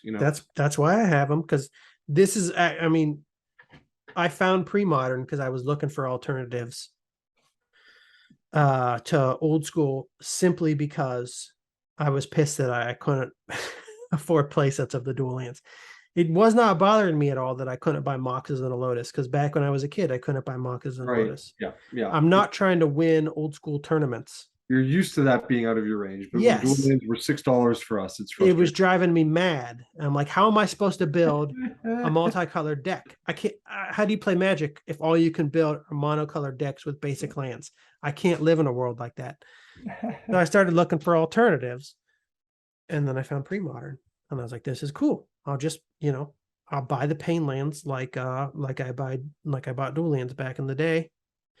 And since everybody in this format is just playing the Painlands in lieu of dual lands, the damage isn't a major downside. Everyone's playing the game with 18 life instead of 20. Exactly. You're on the same playing field. So I can't tell you not to do it, because I've already bought 2 Llanowar Wastes. Well, my question was more like, I've seen it $2 or $3 lower than this. Should I pounce or wait to see if it drops back down? Because it looks like there's 2 for 11, there's 3 for 12, and then it goes up to 16 after those 5 cards. Buy the 1 for 11. Buy it now. Buy it live on air. Even though we're not live. No, it's in TCG Direct, so I want to add more cards to that order, so I need to take a minute to build up a basket. Buy Preacher and Llanowar Waste. Boom. Preacher? Why a Preacher? That's a random card. I've been looking at it a lot. I was like, I want a Preacher. I'd love to have one. It's one of those dark cards that I'd like to get, but we'll talk about it next week, maybe. All right, bring a Preacher. Okay, are we done with our MTG Finance segment? Yeah. Okay. Let's talk about my segment for the week. Can we I'm take gonna a brief break? Sorry, Sure, fine. Go ahead. And we're back. Okay. we're back. Just edited that out, hopefully successfully. And I'll get into my segment from the day for the day. Okay.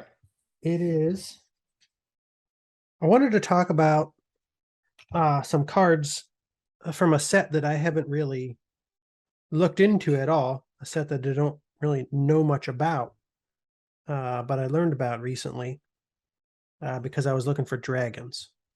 So when you called like 2.5 months ago, started talking to me about Magic the Gathering, this is when I realized that I am a Timmy.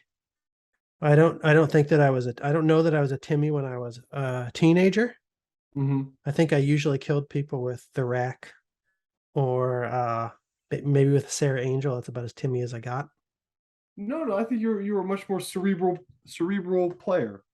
But now I've lost a lot of brain cells, and all I want are big creatures. Yeah.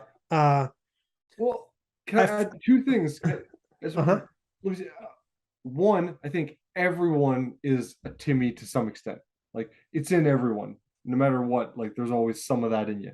I mean, we And all love dragons. yeah, Nobody who loves Magic the Gathering isn't into dragons and and it demons. always hits the newest players the hardest. So if we're coming back to the game, I can see it being kind of like it's like that stage you go through when you come back into it. It's like, oh my god, this is like Force of Nature, but better. Well, yeah, plus with the power creep, That's what's happened. Yeah. like we see creatures that are even bigger and better, and it's kind of like, whoa, Timmy explosion. So one of the first things that I started thinking about when we got back in were the legendary creatures. That was shit that I loved actually when I was young, but they weren't like accessible to us. Hmm. We didn't. There were a few people at Hot Shots that had like Legends collections, and they had some of the legendary creatures. Yeah, but they were expensive. They were expensive. We didn't have any. I wasn't going to ask my mom to buy any for me. Now I'm a grown ass man, and I don't need to ask my mom to buy cards. I can buy my own cardboard. So one of the things that I did is I went out and I bought a set of Elder Dragons from Legends because I Yeah, was like, these are fucking sweet. They're not that playable, but they're cool as hell. Uh, I always loved. they're We talked iconic. about gold bordered cards a little bit earlier. I always loved gold bordered cards. Legends was the beginning of the gold bordered cards, so these are very iconic to me for that reason. And like the Elder Dragons were like the pinnacle. I feel Yeah. like when we were younger, even they were the most expensive. They dropped down a lot in price. There are a couple legends that are super expensive right now, like Angus, Gwendolyn, Hmm. things that I have not purchased yet. But the Elder Dragons, they were the pinnacle then. They're much cheaper than some of those other legends. So they were Yeah, that's affordable. for sure. I picked up a set of the Elder Dragons. When I was looking at newer sets, I saw that there are newer groups of dragons that have been published in some of these sets. And today I'm going to talk about the set of legendary dragons from Invasion. So these aren't just any old dragons. I believe these are legendary dragons. So let's go. We're going to go through this group, Alex. Who are we going with first? In no particular My order, favorite. we're going to go through the one that you actually showed me a while back. You tell me you showed me. I forgot. Croesus the Purger. I've removed that from my memory. But yes, these are dragon legends. They're not elder dragons, but they are legendary dragons. Compared to the elder dragons, like these are much more playable. They're lower casting costs. They have no upkeep. Right. And each one has some cool additional ability that you can pay some mana to activate. So compared to the elder dragons, they blow them out of the water from a competitive standpoint. Croesus the Purger is 3 colorless, 1 blue, 1 black, 1 red, creature, dragon legend. 6/6 flying. I don't remember what the elder dragons were. Are they like they're 7/7, I think. Yeah. 6/6 flying. Whenever Croesus the Purger deals combat damage to a player, you may pay 2 colorless, 1 black. If you do, choose a color. That player reveals his or her hand, and discards all cards of that color from it. So like a junior Nicole Bolas effect. Uh-huh. And this is the same color scheme as Nicole Bolas too. Instead So of this having you get a better casting cost, you don't have to fuck with an upkeep. and then you can choose to pay it or not if you want in the turn. Exactly. So Maybe this you don't is, even have to use it. Maybe you're just like, oh, I have a 6/6 flyer now, and that's enough to win the game. yeah. So I like this card. It has a really cool ability, and it's just a big creature. And I mean, for 6/6 flyer for 6 mana is not bad at all. No, Maybe it's kids not. these days will see these and be like, ah, this is a pussy Right. shit. Yeah. But like But I you're said, right. For anything from our era, 6 mana for a 6/6 flyer is good. this is power creep. This is evidence of the power creep that has occurred. So I like this guy. Obviously powerful, cool discard effect. I think he's fun. And he's mentioned in some other cards. He has some like, whatever storyline flavor crossed over into other, you know. And I did some Googling to see like, does anybody play these cards? There are decks out there in the pre-modern world, for instance, that are based solely on just getting big creatures out as fast as possible. So you pick your big nicol bolas type dude. Yeah, there's Phyrexian dreadnoughts, bunch of 6/6, 7/7, 8/8 things that I'm not all that familiar with. I'm like, does anybody put the legendary dragons in these? I think people do with like nicol bolas in these decks, and I did see, I saw some decks, some survival of the fittest type decks. The big creatures that they got out with these cards were the legendary dragons. So I think that'd be a super fun deck to play.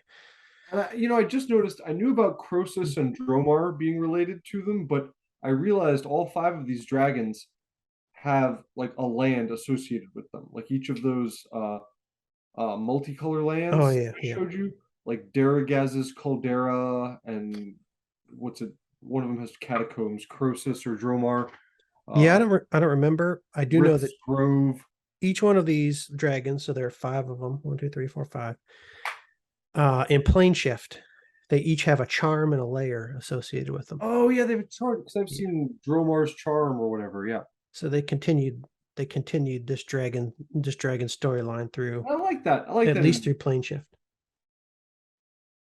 Oh yeah, I see you. Oh geez, yeah. You made a good note about that in your outline, Steve. Come on, Alex, read the note. Read the show notes, man. I told you that I just found it this afternoon. Yeah. You're supposed to be checking your email. No one emails me. I didn't expect it. This one, I love this. I love the art on this guy. The Igniter. What a great name. Darigaz, the Igniter. 3 colorless, 1 black, 1 red, 1 green. 6/6 flyer. They're all 6/6 flyers. Whenever Darigaz deals combat damage, you may pay 2 colorless, 1 red. If you do, choose a color. That player reveals his or her hand. Darigaz deals X damage to him or her, where X is the number of cards revealed of that color. So similar to Crosus, direct damage instead of the card discard. Not quite as exciting as Crosus, but still a nice big baddie. I don't know, just as you good. You like it more? No, I think just as good. Equal. The way, since it's a red card, it fits in with like you might get into that situation with like I'm gonna say the wrong one, cursed scroll, where your hand size is limited and you want something to do with your mana because it's a heat deck. You have like low hand and low number of cards in your hand, but you need something to do with your mana late in the game. So you can pump it into that so it fits well with a red deck where you're running out of cards. Yeah. Do people need to do anything with their mana any longer these days since there's no mana burn? I know it was a thing back then, but yeah, there is no mana burn any longer, right? Is that right? Yeah, that's correct, which I think is stupid. I wish to play in a format where mana burn exists still. That's my preference. In our format, mana burn will exist. I wonder if mana burn exists in pre-modern. I don't know if pre-modern, some of these new formats. Yeah, I wonder if they, they only use order cards but still adopted the new rule set, or if they go by old rules also. Yeah. Or if it's pick and choose, if it's pick and choose, yeah. I mean, of course, when we're just playing, it could be pick and choose, but I'll figure that out when it comes to pre-modern. Legendary dragon from Invasion number 3. Dromar the Banisher. 3 colorless, 1 white, 1 blue, 1 black, 6/6 flying. When Dromar deals combat damage, you may pay 2 colorless, 1 blue. If you do, choose a color. Return all creatures of that color to their owner's hand. So this is a boomerang. Get banished. A creature boomerang. This would be so much fun in a commander game, multiplayer game. It would piss everybody off. It would. It'd be great. I'd love it. Well, I guess it would piss off the person that you're dealing direct damage to. This guy. People with all of those creature colors. Yes. Yeah. Those are all those people would be potential targets. Cool art. Again, powerful creature for 6 mana. It's a flyer. Yeah, I like the art. I always love flyers. Of course, most dragons are flyers. There are some dragons that aren't flyers, aren't there? Canopy Dragon. I think you have to pay mana to make Canopy Dragon a flyer. Oh, really? This was a mirage. I'll have to look at that guy. I remember it vaguely. Dromar, not as excited about Crosis and Darigaz. Or not as exciting as those two. Maybe I'd play Dromar if I was building a deck with all 5. Yeah, I feel like if you have a 6/6 flyer out that can get through, then you don't really care about returning creatures to their owner's hands anymore. Maybe you do. Maybe they have like utility creatures, but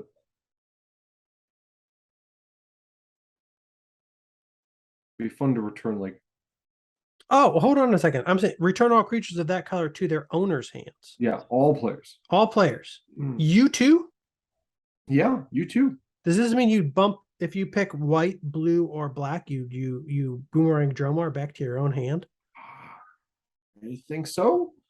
I might have to look at the oracle for this guy. Yeah, we have to look at that, but I would say it would. Let me see if he says anything. Return him if you picked one of those colors. Because that's fucking terrible. Well,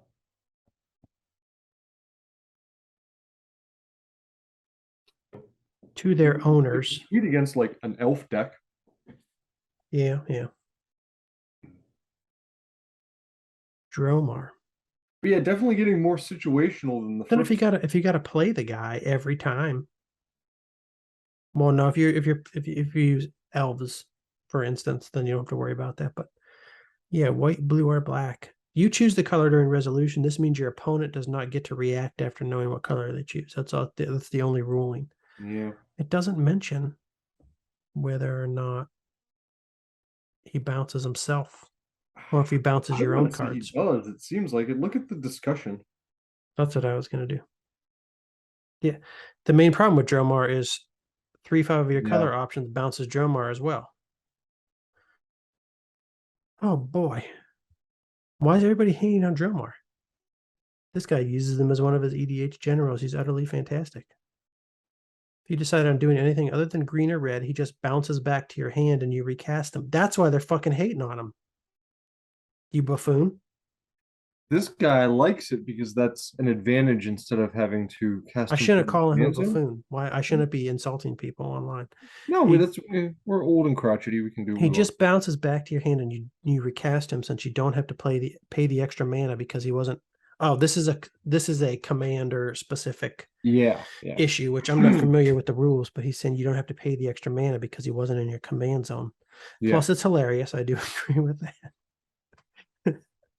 I do like Dromar for this reason because it's hilarious because you just bounce everybody back.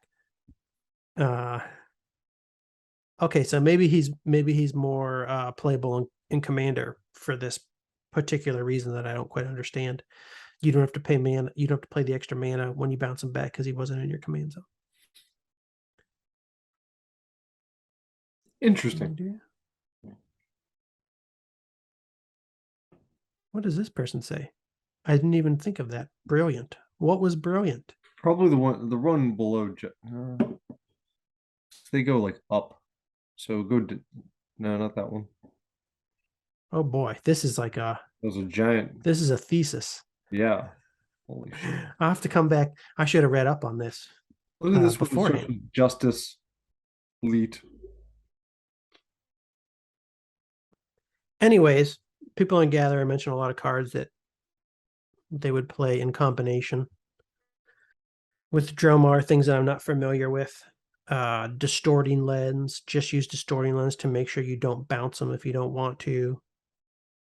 Sway of There's Illusion for a I total bought that blowout. one. Oh shit, what's the card I got? It's one blue, I think, from Mirage. It's a reserved list and it can like change card colors.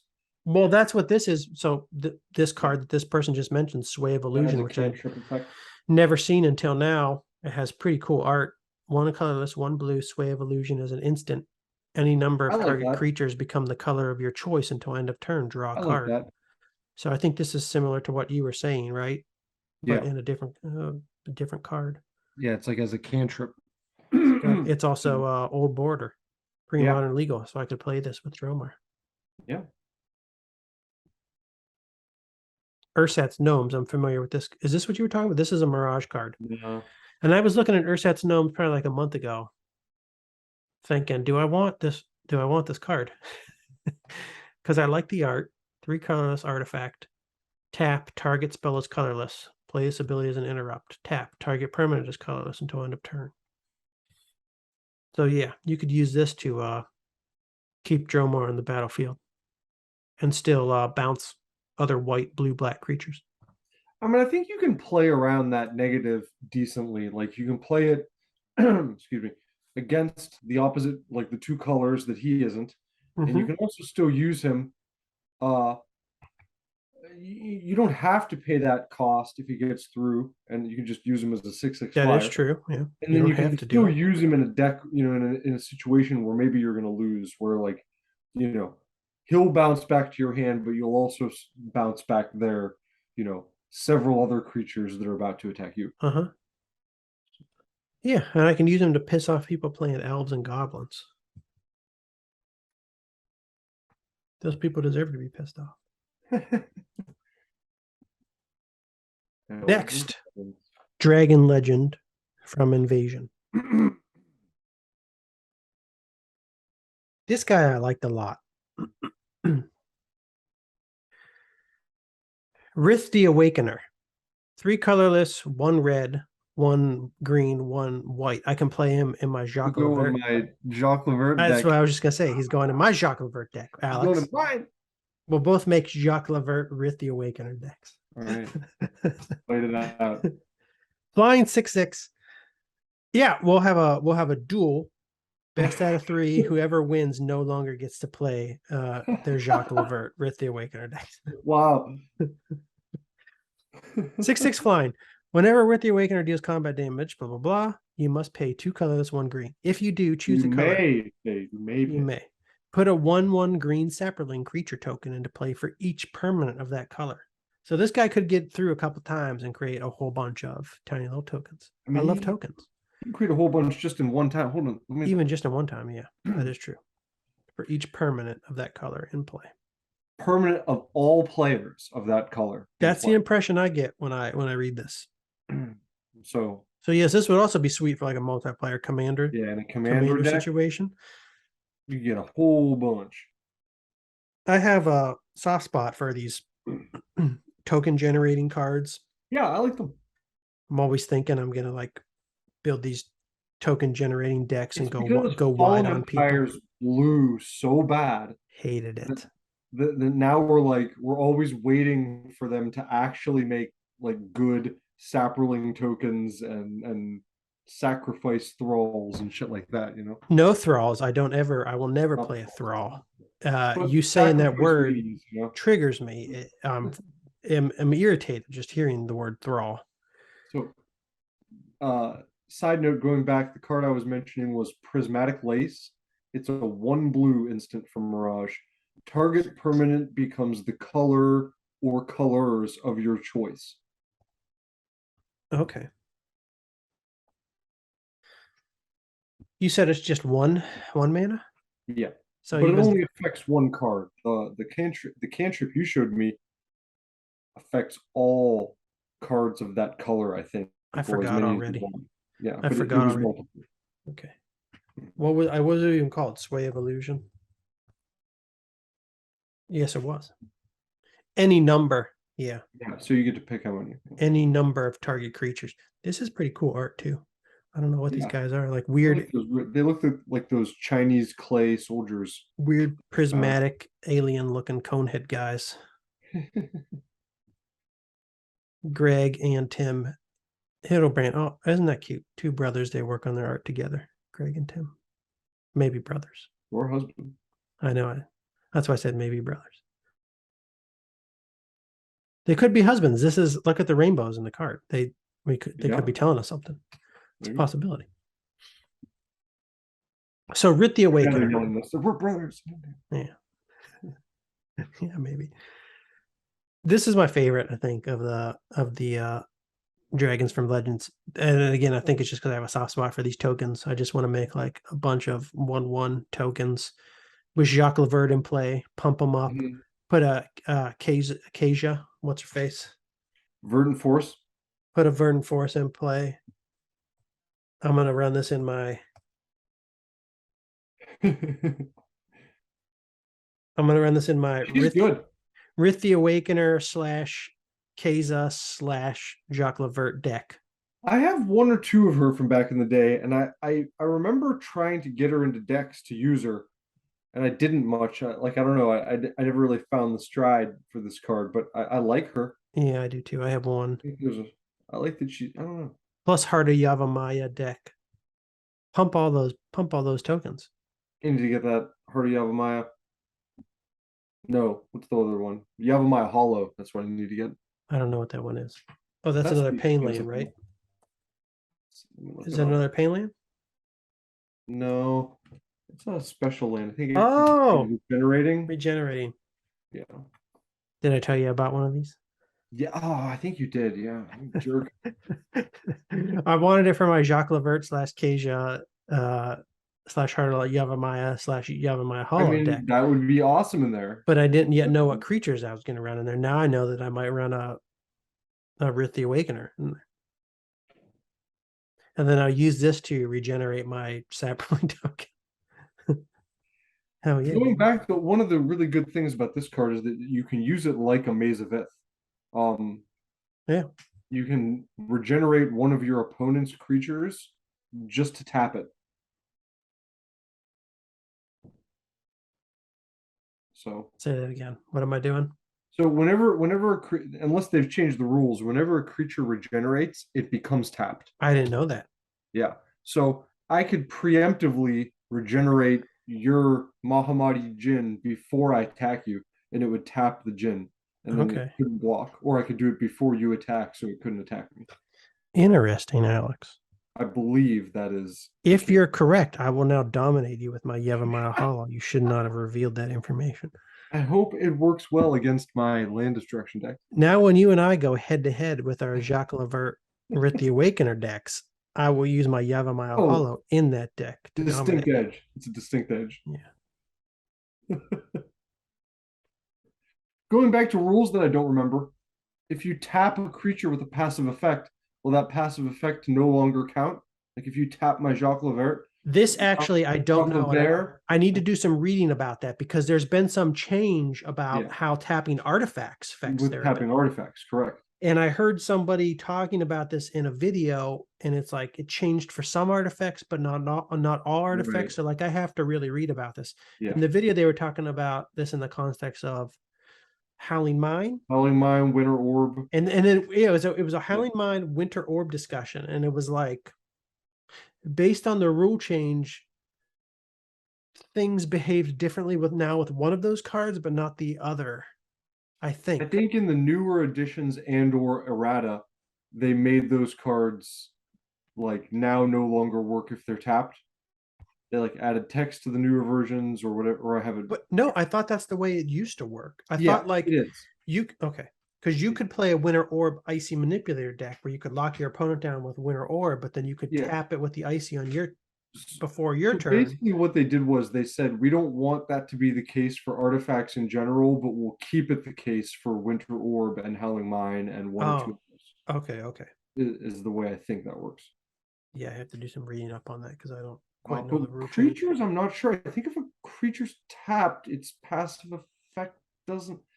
I can't say anymore. It's 50-50. I don't know. You're spreading misinformation. Yeah, we're gonna rage-filled comments.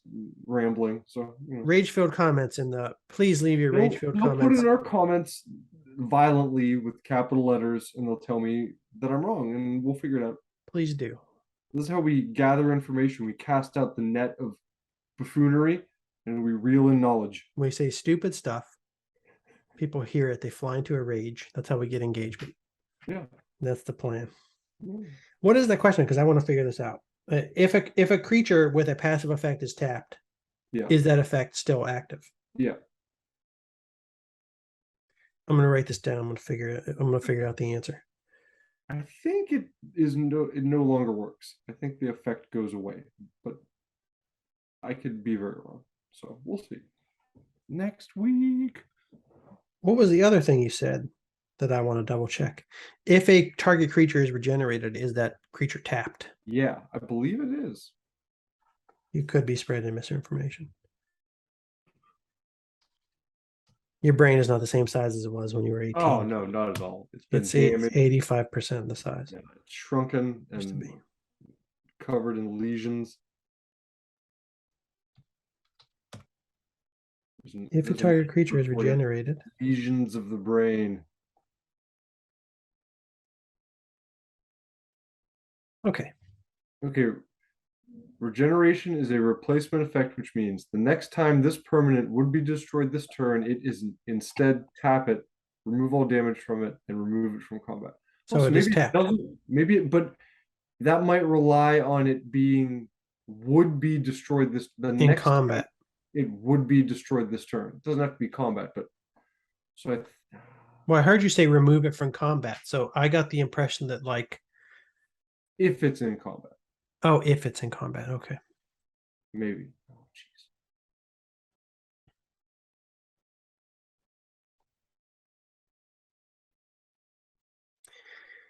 Can you target something for regeneration if it's not in a situation where it's about to be killed? If I do nothing, of course, like if somebody lightning bolts your bird, you can then tap Yavimaya Hollow to regenerate it. If somebody attacks you with their Mahamani Jin, you can block with your bird. You can tap Yavimaya Hollow to regenerate it. Yeah, I think I was wrong. I think. Can you regenerate a bird when it's just floating there, not being lightning bolted, not currently blocking? So I think just soaring through the sky. You put a regeneration effect on it, and then the next time it would die that turn, it regenerates. Does that make sense? It's kind of like sort of. It gets stacked onto the creature and it's sitting there waiting to be used. But if it's if it's never in a situation where it's then about to die that turn, then it doesn't tap. Yeah. So I guess I was wrong. You son of a bitch, Alex. You can't be. I'm the worst. We have a duty to not spread misinformation to the listeners. Well, we're figuring it out, though. That is true. Now, we did research. We did research in real time. We think we're figuring it out. What if we're still still wrong? I think it's clear to everyone that we're not taking a firm position on this. But what you just read, it sounds like we did figure it out. It sounds like you would put, like you said, the regeneration effect on the stack if throughout the course of the turn it is in a situation where it is about to die, it is instead tapped and regenerated. But if it's just chilling for the rest of the turn, its life is never in danger, the regeneration effect never resolves. The creature is not tapped. This is what I'm thinking. We need a judge. We need a judge to rule. Judge. But I think you're right. I think we figured it out. Okay. So that was my favorite of the dragons from Invasion, Rith the Awakener. And again, this is just because do we still have one to go? I have a love for 1/1 creature tokens. Trevor? That I can pump with my Jacques Levert and my Kesa. Yes, we have one more to go. We got to wrap this up quick because you're getting drunk.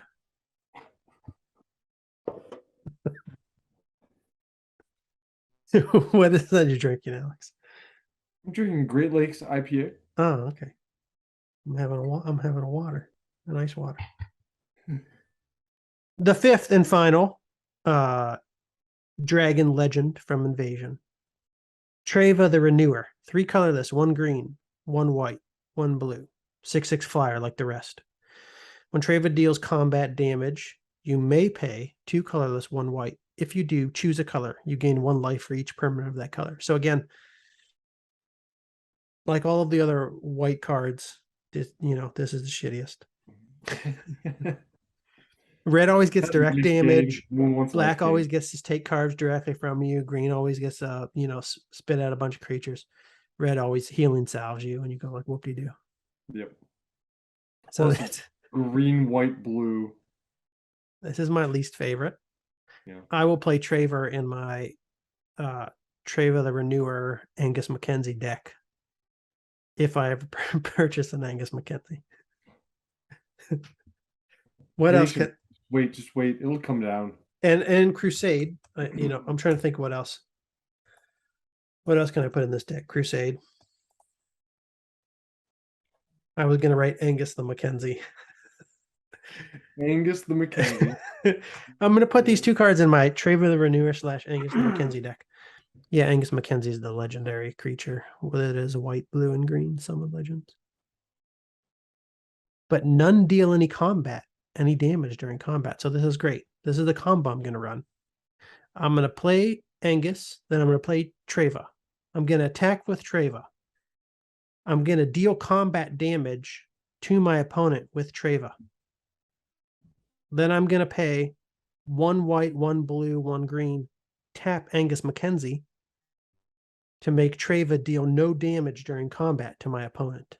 And then I'm going to pass the turn.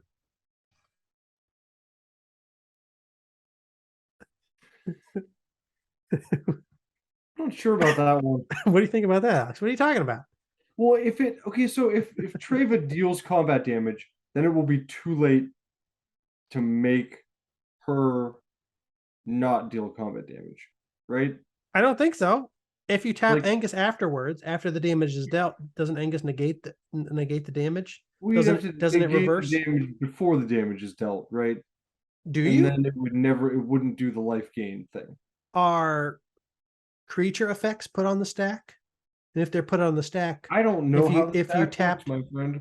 Son of a bitch. Somebody in the comments tell us how the stack works.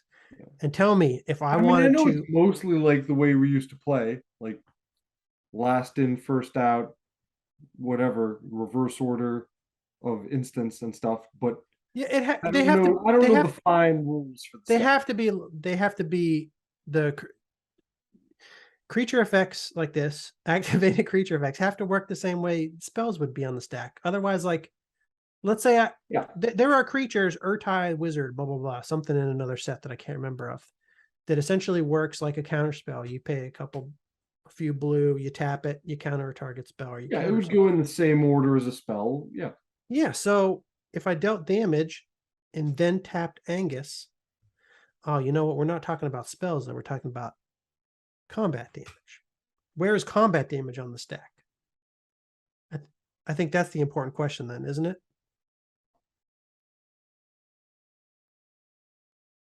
In my mind, like, I still think you'd have to use his ability before she dealt the combat damage in order to. I don't think so.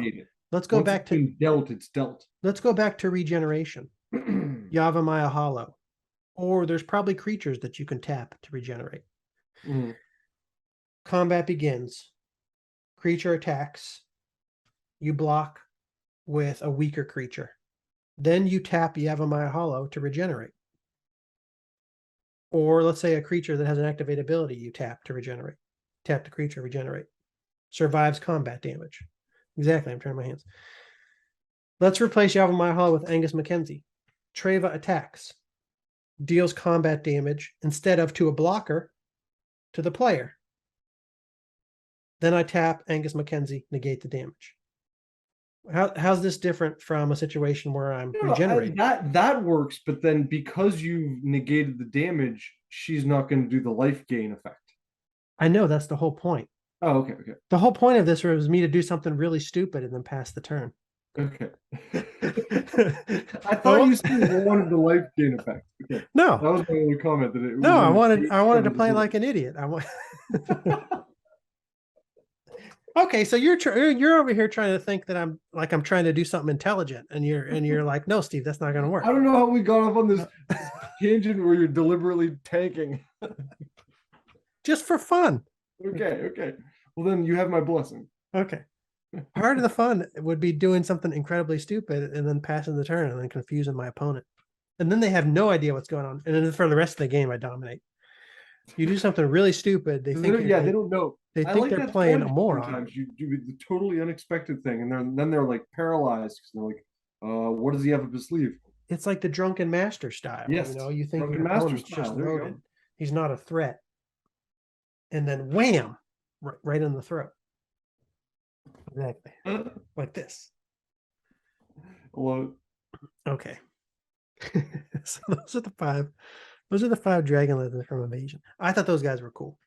They're great. I love it. I think that's a great segment. I mean, the Elder Dragons to have fun are with. the Elder Dragons are the OGs. The Elder Dragons have the best art, in my opinion. Yeah. But as far as playability is concerned, Evasion Dragons even better. You can see the power creep. They're fun to play. Yeah, I want to figure out something to play, some kind of deck to play them in. If I could ever afford Survival of the Fittest, maybe one day I'll buy one Survival of the Fittest, and I'll play a deck with all the Invasion Dragons, Survival of the Fittest. Who knows? And then I'll play Treva, Angus McKenzie, and I'll negate the damage I do with Treva. So that's my segment for the day, Alec. Excellent. Love it. I think that'll wrap it up for episode 3. Yeah, what do you think? We did it. Ready to wrap up? Okay. We did it. Yeah. I'm going to do my wrap up. Thank you, everybody, for listening to Old Man Magic. I hope you enjoyed. Thank you for visiting our YouTube channel. Please like, subscribe, and hit that notification bell. It's important for the algorithm. Please follow us on Twitter at Old Man Magic. You have anything to add, Alex? Thank you for tuning in. I always enjoy talking about magic and other ridiculous topics with you, and can't wait to see you next week. Okay, next week it is. Have fun and be safe, everyone. Okay. Bye, everybody.